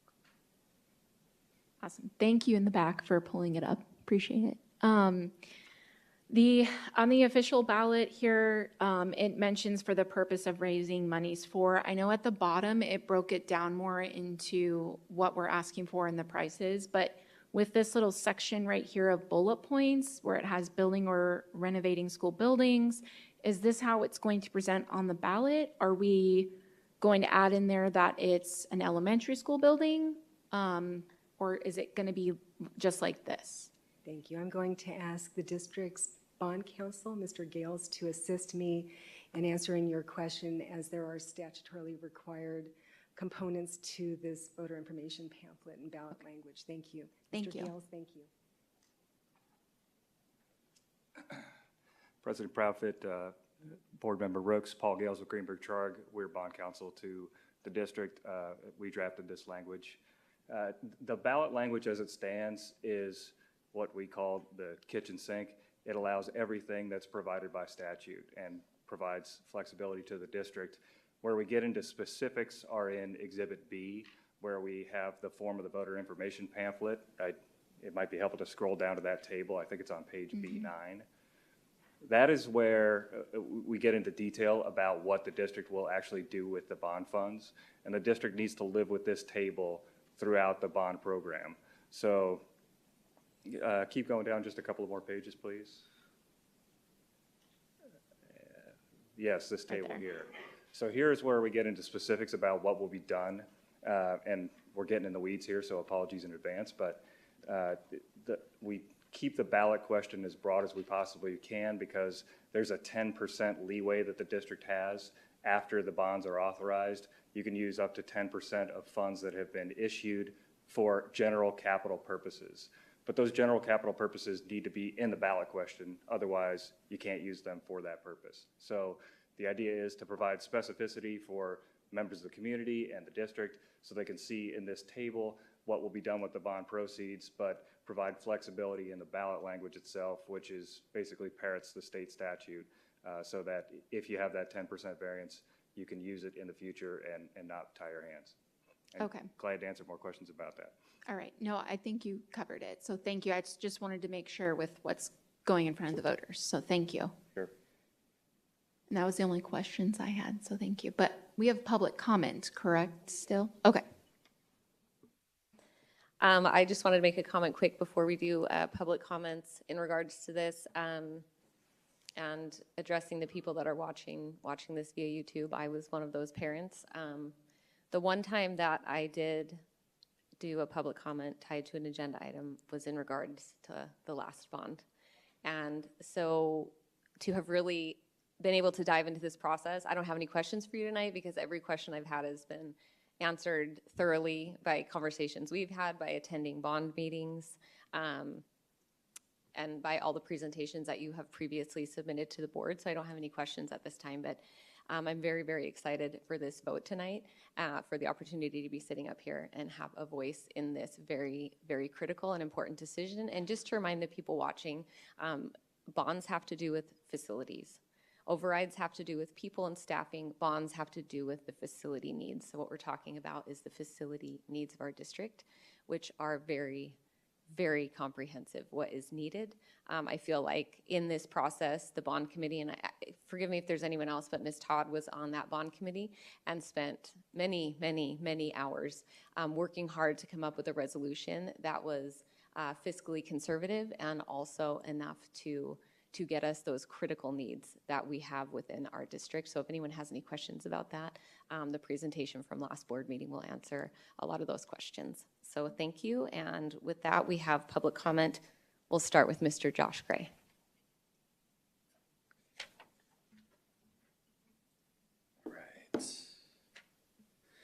Good evening, President Proudfit, Superintendent Summers, members of the board, cabinet, and guests. I'm rising today to voice my support for the bond initiative. My wife, my children, and myself have all attended Peoria Unified School District. And I can tell you, I've seen some of the struggles of this district, and a bond would address a lot of those. There's a need for new facilities to support the growth in the northern part of the district, and there is a need to perform maintenance and upgrades for some of the older schools in the southern part of the district. Without a bond, these issues will not be addressed, and our kids are going to suffer for it. You can literally go to like any school in the district and ask them, what would you spend a bond on? And they can point out the exact things that they would upgrade with those in those facilities. The bond committee put forth a great effort to decide if they felt a bond was needed, and that vote was unanimous. That work should be honored by a unanimous vote from this board. I'm just a parent in this district. I don't have a lot of power or anything. But I do promise that I'll use whatever power I do have to support the effort to get this bond passed in November. In my opinion, if you don't support this bond, you don't support this district. So do the right thing and vote yes to support this district. Thank you. Thank you. We have one more public comment from Jody Brackett.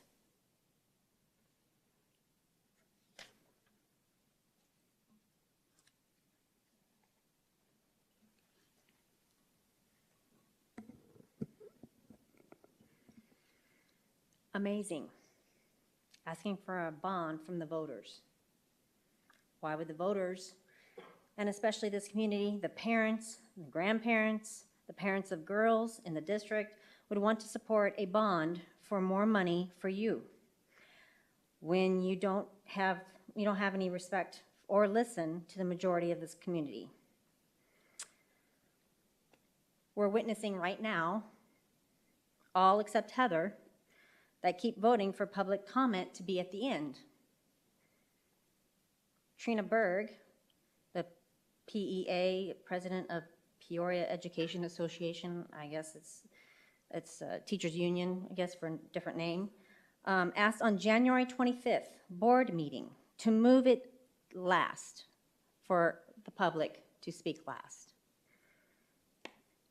Quote by Trina, "We have business to do, and that we actually do, and to actually do our business first. Well, let me remind you, it is our business. You all except Heather basically said to parents, we want to see you and hear you last. That's the respect we get. So no to the bond until you will see, hear, and respect the parents and community first. Thanks. That being said, I motion that we adopt the resolution ordering and authorizing all matters necessary to a bond election to be held on November 5th, 2024. If this resolution is so adopted, the deadline for submitting arguments with respect is August 9th, 2024 at 5 p.m. I'll second that. We have a motion made by myself and a second made by Mr. Sandoval. Board members, please cast your votes.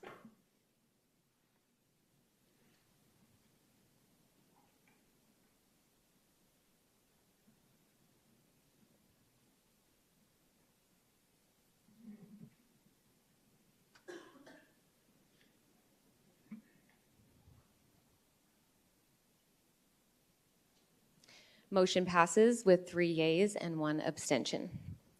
Moving on to section 10, discussion items. 10.1, we have a first read of policy section BGE. Turn the time over to Mr. Molino. President Proudfit, members of the governing board, Dr. Summers, cabinet, and guests. Tonight we're bringing forward several policies as first reads. Most of the changes are a result of alignment with current practices, legal reference updates, and alignment with statutory language. 10.1, policy BGE, policy communication and feedback. The language has been updated and revised to align with our practices, and I stand for questions. Mrs. Ewing? I don't have any questions, thank you. Mr. Sandoval? I don't have any questions either. Thank you. Ms. Rooks? No, I don't have any questions either. Thank you. None for me. We'll move on to section 2, the first read of policy CBI. President Proudfit, policy CBI, evaluation of the superintendent, has been revised with updated timelines associated with the superintendent's evaluation. We held this policy over the last few months until Dr. Summers could start to make sure that he was okay with the revised language. At this time, I stand for questions. Ms. Ewing? I don't have any, thank you. Mr. Sandoval? No questions. Thank you. Mrs. Rooks? No questions, thank you. And none for me. Moving on to 10.3, the first read of policy CFD. CFD is school-based management. It has been revised to align with the statute, which does not specify the number of members on a school council. And you can see there at the bottom of, under membership, the crossed out numbers. Mrs. Ewing, any questions? I don't have any, thank you. Mr. Sandoval? No questions. Thank you. Mrs. Rooks? So I did have, I guess, a question / comment. I did look at the state statute that was provided on the policy ARS 15-351, and it states that the school council, site council, it says letter D, the governing board shall determine the initial number of school council members. So I guess I'm just kind of wondering why this is being recommended to change with regards to, I know that it says it wasn't in the state statute, but it also is in the state statute that, if I'm following correctly, that the governing board determines the amount. President Proudfit, Mrs. Rooks, prior statutes and guidelines actually specified the amount of parents, teachers, members within the council. That reference to exact numbers has been removed. If the board chooses, or since this is a first read, and this is the copyrighted policy from ASBA, we can always make changes to adopt a policy that is aligned strictly with Peoria Unified and not following the copyrighted policy. So there wasn't a reason given from the ASBA policy rewrite? There was. It was removing to align with the new statute wording. And the new statute was which one? They,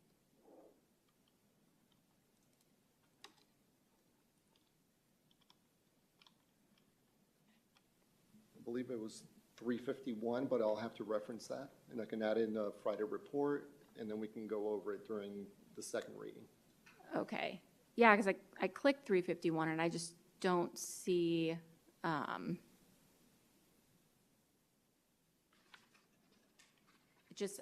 just read the governing board shall determine the initial number of school council members. So that's just what I was seeing clicking on this link. So I just would, I guess, like more information of why this is being changed. And if it's, I know that it says in the statute that you have to have the certain amount of same in parents and teachers on the committee or council.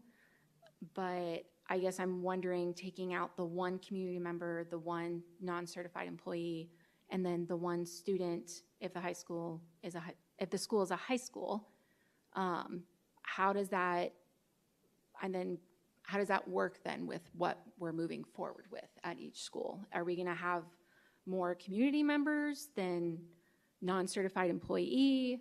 I know the parents and the teachers have to match under the state statute, but that's where I'm kind of wondering with taking out that number. I just feel like it's more clear of. So Mrs. Rooks, it was in looking at the notes from ASBA, it was ARS 15-351, and it's that statute no longer, or it does not specify the number of participants within each of those groups. Okay. So can I offer something? So it sounds like, correct me if I'm wrong on this, if we as a governing board decided we wanted to have specific numbers, we could add to that, but it sounds like what you had mentioned in the law change is that it no longer specified the number, and so then usually the procedure is that we update our policies to mirror the law, and so if that's something we wanted to do, we could be more specific than what's in there. Is that what I'm hearing you say? Right, President Prout and Mrs. Ewing, we can keep the exact numbers the way they are. It's not a requirement, and then if we scroll to the top of the policy, it would just not be copyrighted. This copyright symbol would be removed. It would still be CFD, school-based management, and we would be able to adjust and keep these numbers as needed for participants, and then it would be Peoria Unified's policy. If I may, having served on site councils on a site level, having a little bit more flexibility with those numbers, because there are some campuses that might have multiple community members that want to serve on a site council and want to be engaged. If we kept the wording the same, it would legally prevent that. And also, if there are no community members that are coming forward wanting to serve on that site council, that would halt it in its tracks, because it abides by the state statute. So yeah, moving forward, I can see the benefit of having that wording be a little bit more ambiguous to be able to serve the specific site councils and the needs of each individual site.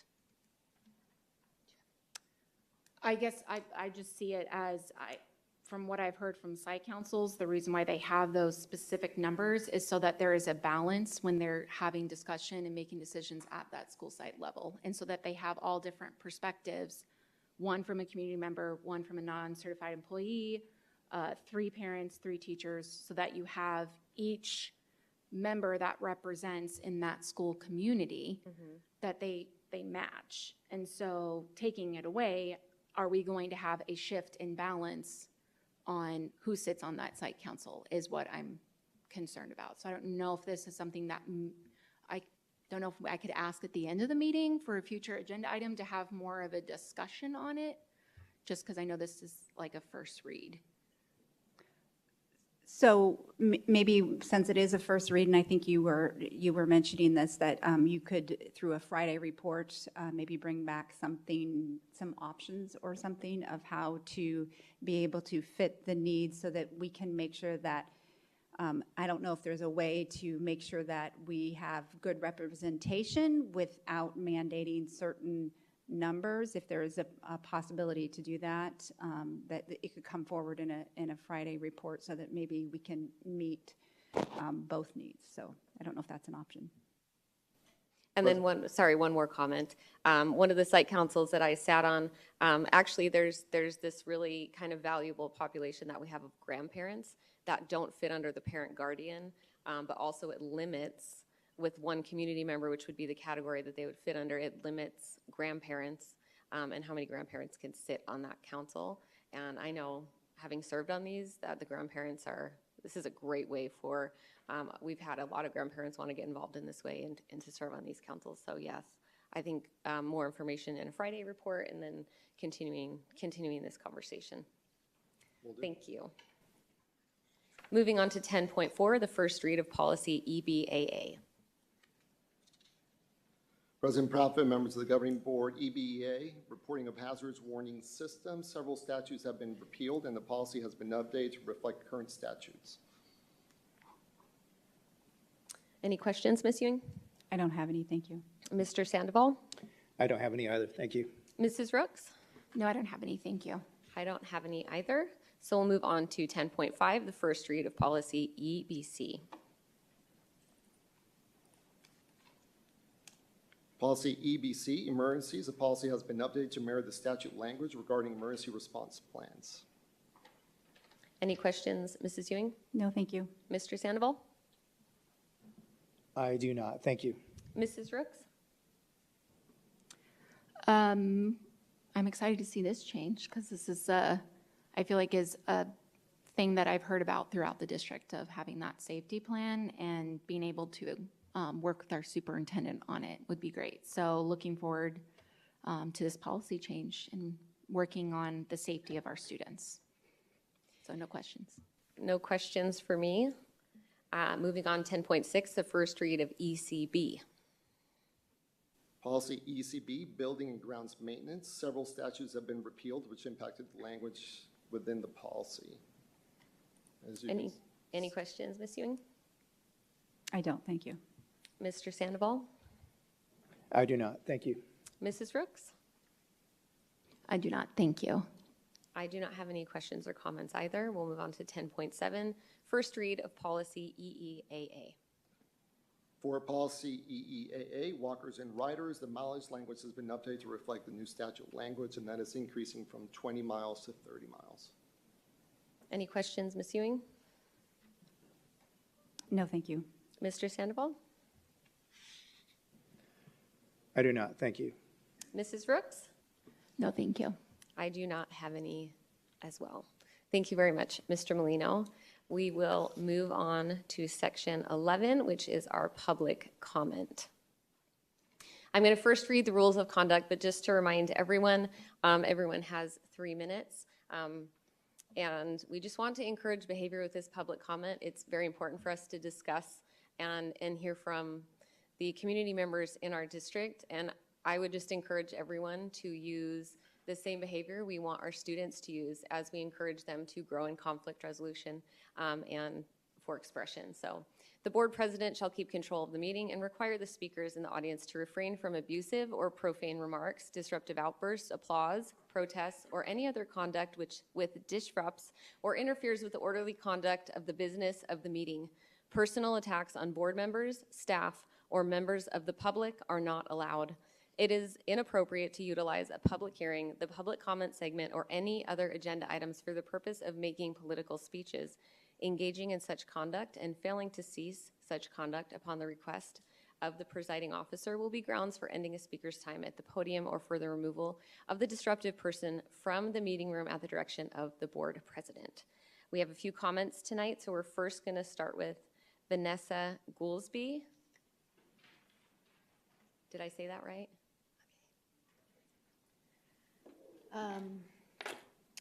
Governing board, Dr. Summers, cabinet.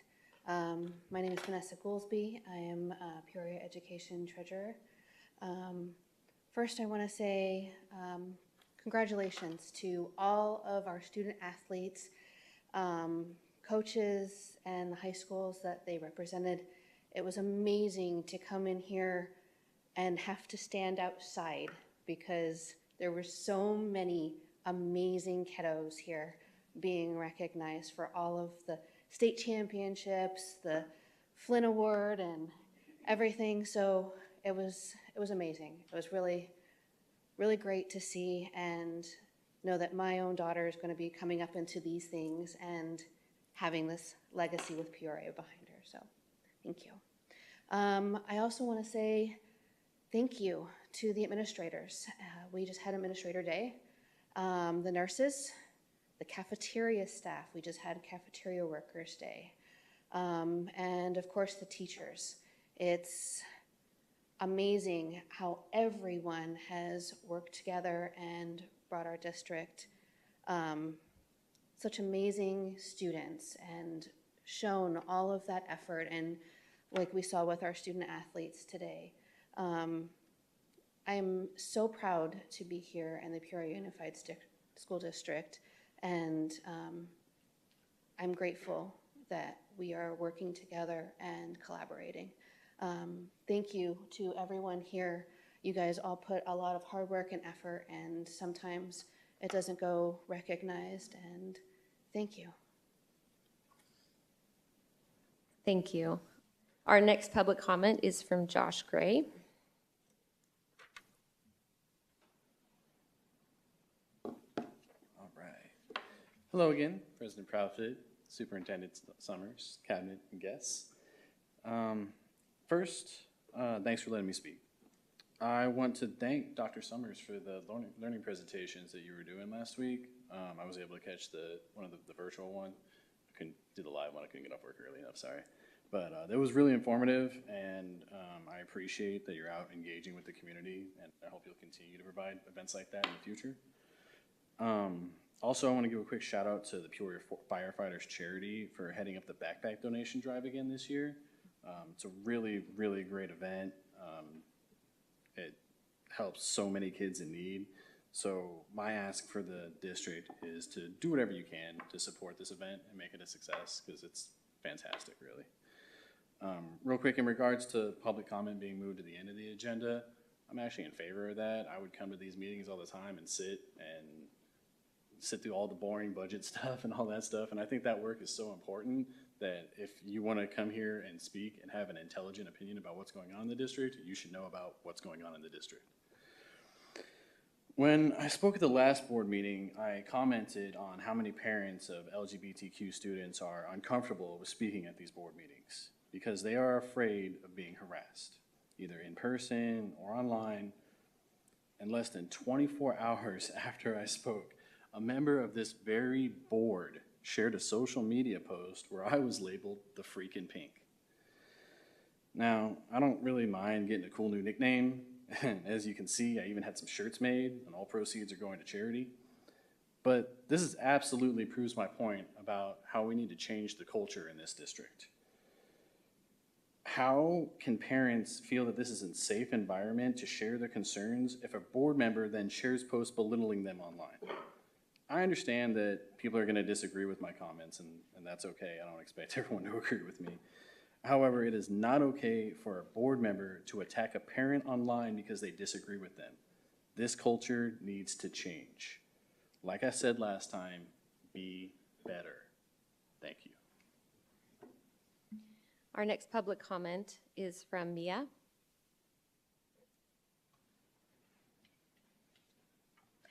Hi, good evening.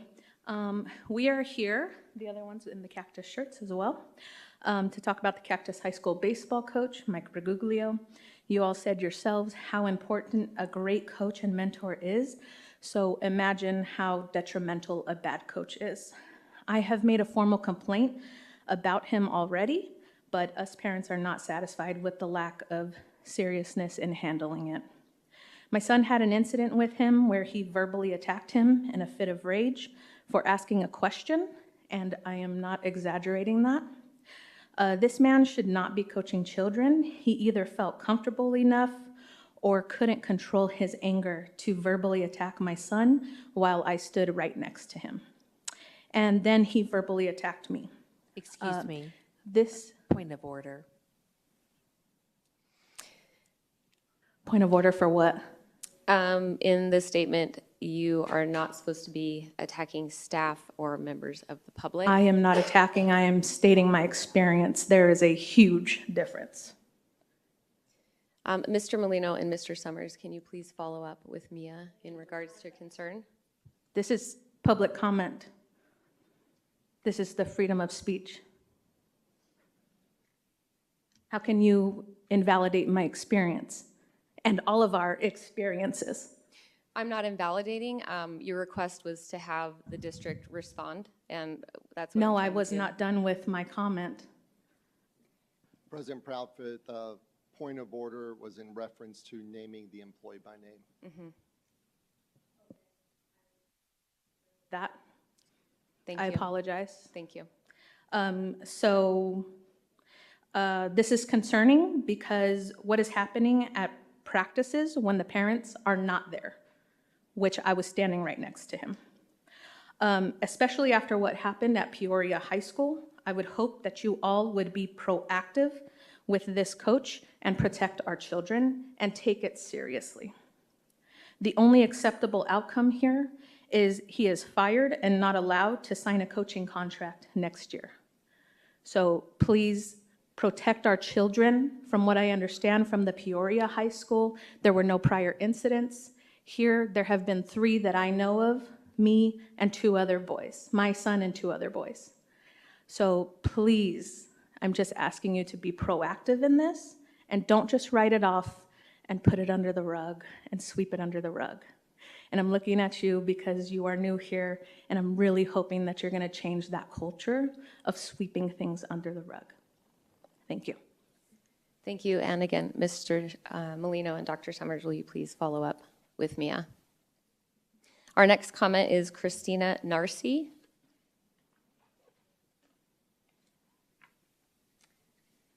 Thank you, Ms. Proudfit and members of the board, President Proudfit. My name is Christy Narcy, and I am National Chapter Director at Independent Women's Network, president of a K-8 charter school in North Phoenix. I've been married 26 years, and I've raised 2 daughters here in Arizona. And I recently told a room full of parents that over my dead body would little boys be allowed in the little girls' bathrooms. Not one parent walked out of that room. In fact, I received applause. This is the hill I'm willing to die on, and I know in my gut, and polling suggests, that most of the people in this room feel the same way. This is the right side of history. Not long after I made my declaration, the Department of Education delivered its unlawful regulation that reimagines Title IX to permit the invasion of our girls' spaces and the reduction of their rights, while elevating protections for gender identity, regardless of freedom of speech, regardless of freedom of religion. The new rule redefines sexual harassment to encompass a single instance of speech which will, in effect, force students and teachers to use preferred pronouns or face discipline. Title IX is a mandate that bans sex discrimination in all federally funded education programs, and it should stay that way. The Department of Education's decision to expand the scope of Title IX to include new categories is a bureaucratic deprivation of equal opportunity, parental inclusion in education, free speech, and due process of law. The Peoria Board should focus its efforts on enforcing Title IX's existing prohibition against sex discrimination. This rewrite socially engineers every component of the educational environment to create dangerous and unwelcoming schools for girls and for young women, while also undermining parents who affirm biology reality. Whether we agree that gender identity is the same as sex, or whether we agree that there are only 2 sexes, we as educators do not have the right to overrule parents, go around parents, or engage the child in deceiving their parents in these matters. Neither does the Department of Education. This goes way beyond titles, trophies, and scholarships. This is the sexual exploitation of women and girls. I think in most people's guts, they know it. Our school board is committed to defying the unconstitutional removal of protection for our girls and flagrant violation of the First Amendment. If you're worried about being sued, just know that the Independent Women's Forum and our law center were already suing the Department of Education over this. There is more than a solid chance The courts will strike this down, and you will just have sunk tens of thousands of dollars into a bathroom project that does nothing to protect kids, does nothing to help kids dealing with gender dysphoria. Thank you. Thank you. Please hold applause. Our next comment is Jeff Toby.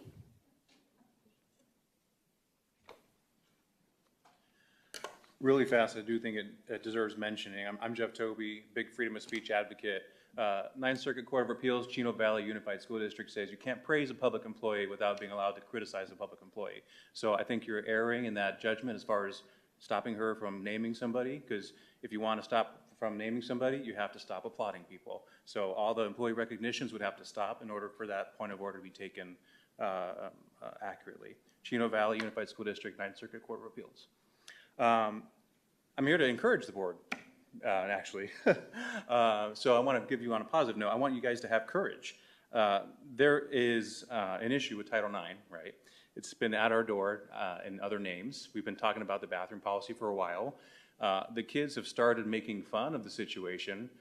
Instead of calling us Peoria Unified, they're saying we're Potty Unified. So we need to get our act together. So I want you guys to have courage, defend the district, and just know that the law is on our side. What does the law in Title IX say? It says no person in the United States shall, on the basis of sex, be excluded from participating or be denied the benefits or be subjected to discrimination under the education programs, right? That falls under us. So the CFRs, the Code of Federal Regulations, further expand on what that law is. That's a very short verbiage for what a law is. CFR helps us understand that. Section 106.32, talking about housing, saying a recipient, being a district, since we're recipients of federal funds, may provide separate housing on the basis of sex. Wow. It's actually supporting us in the law. 106.33, comparable facility, says a recipient, that's us, may provide separate toilets, locker rooms, and shower facilities on the basis of sex. The law supports you guys. 106.34, access to school classes. We just commemorated school sports activities and champions, boys and girls teams. That's the permissibility right there in 106.34. We can segregate those as long as they're equal. And then also it talks about sexuality classes. It says classes or portions of classes in elementary and secondary schools that deal primarily with human sexuality may be conducted in separate sessions for boys and girls. The law is on your guys' side. The fight is at our door. And for years now, we've refused to address it, putting our hands in the sand, our heads in the sand. So this butts against state law.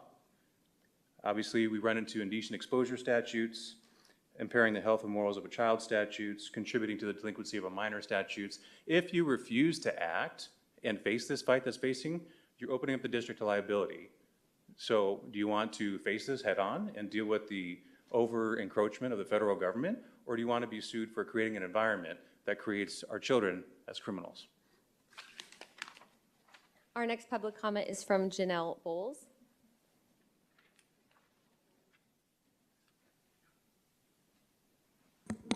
Hi, good evening. Title IX. It's unfortunate that you all are put in this situation, and I'm just going to apologize for that. Our current administration has brought confusion to Title IX, for lack of a better way of saying it. I'm asking that the Peoria Unified School Board file a lawsuit blocking Title IX and join several other states that have done this to protect children. Title IX was originally created so biological women would have equal opportunity in education and to protect them. This current administration has gone too far.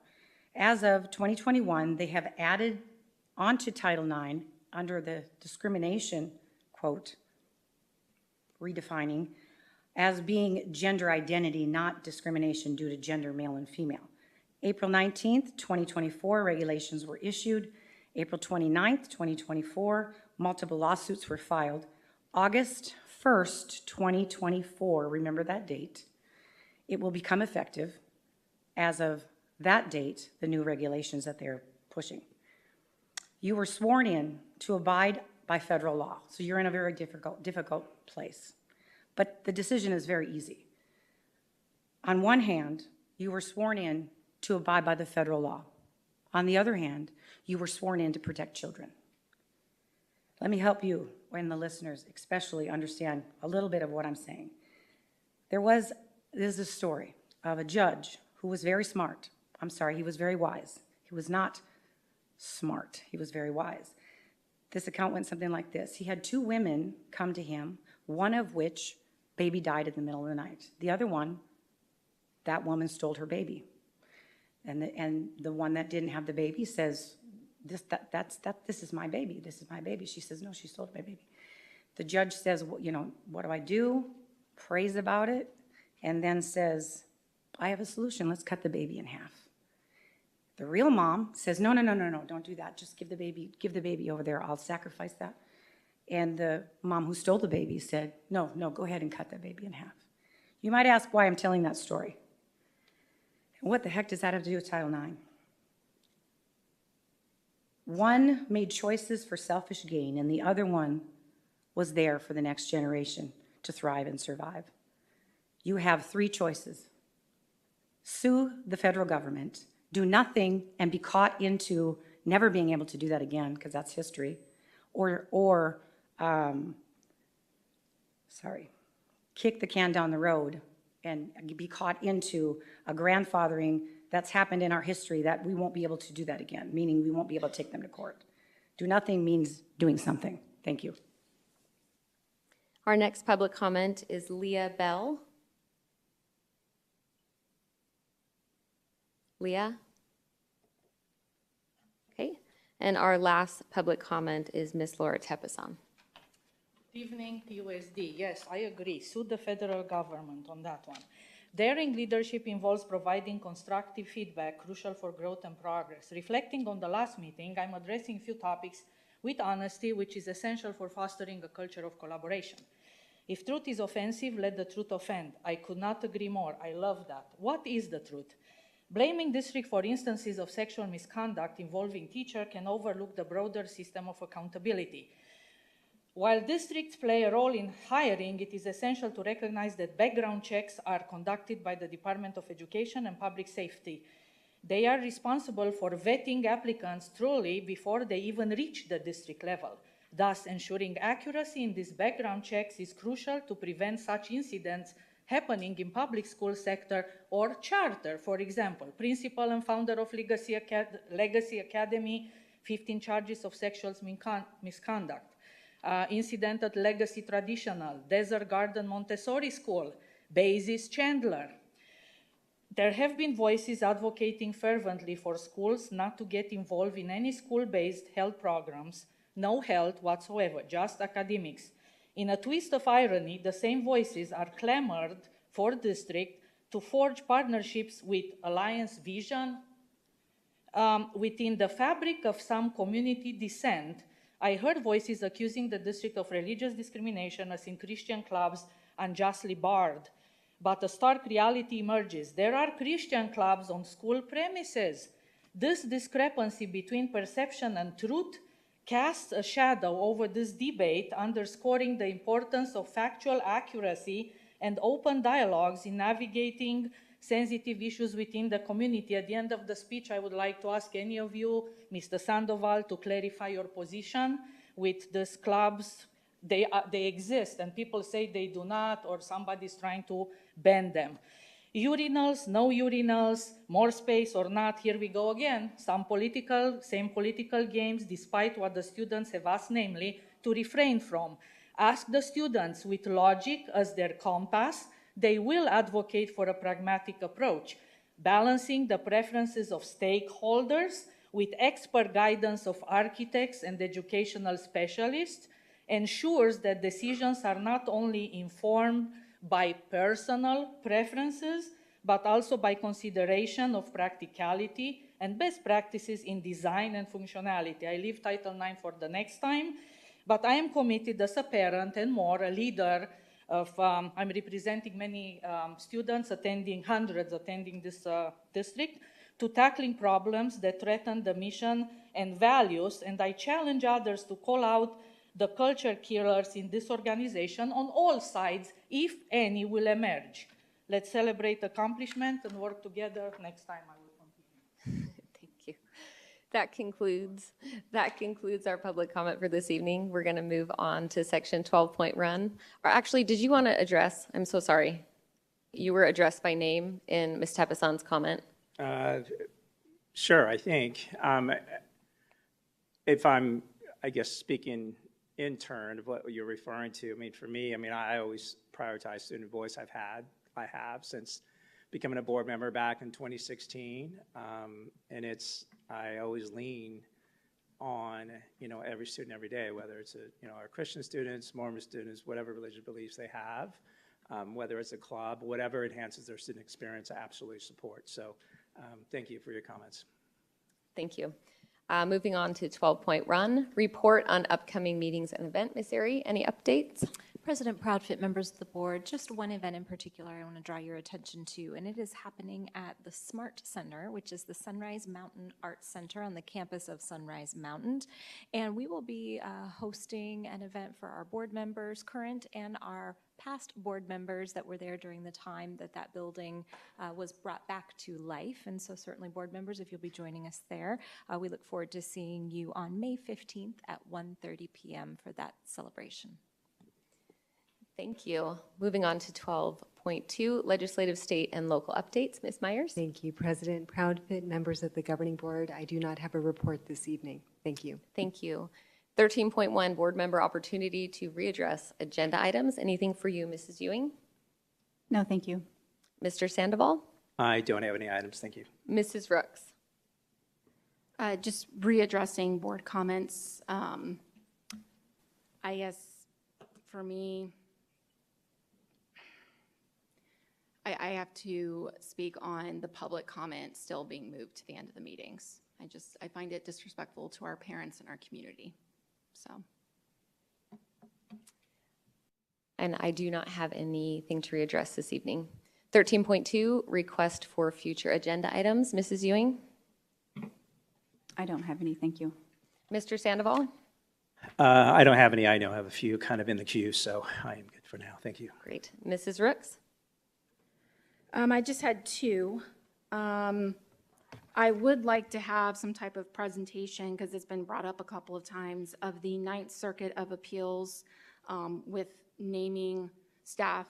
I know a community member brought it up, so if there's a presentation on the court case of that, what the ruling was, with giving comments on praising or non-praising employees by name, just to have some type of presentation on that of what it entails so that we're following what we're supposed to as board members. I will second that. Thank you.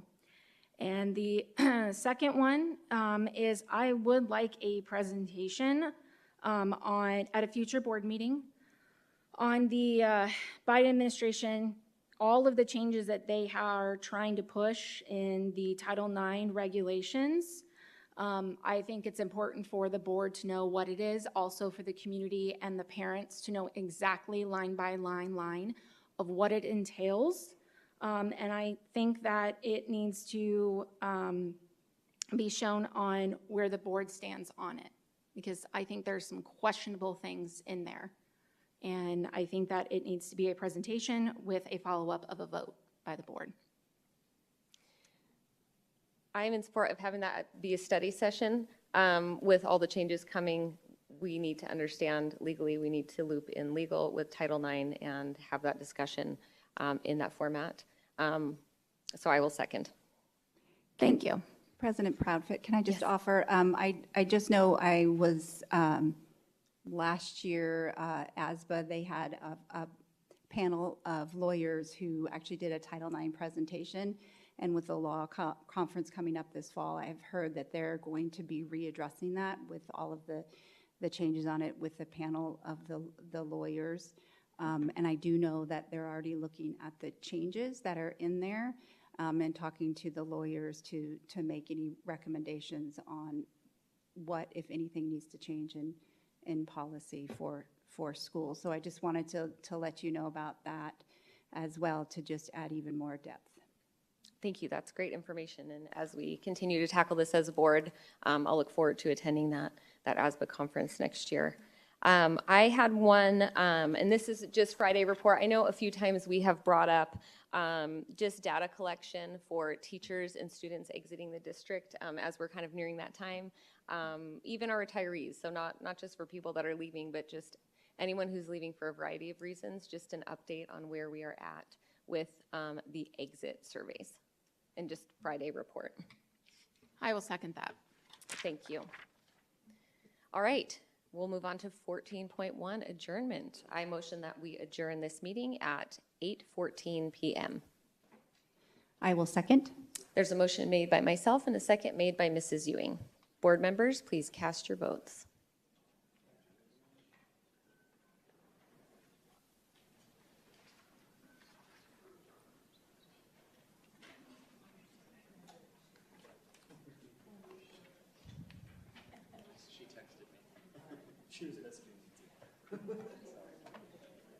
Board meeting is adjourned. It passes with 4 yeas. Everyone, thank you for coming tonight, and please get home safely.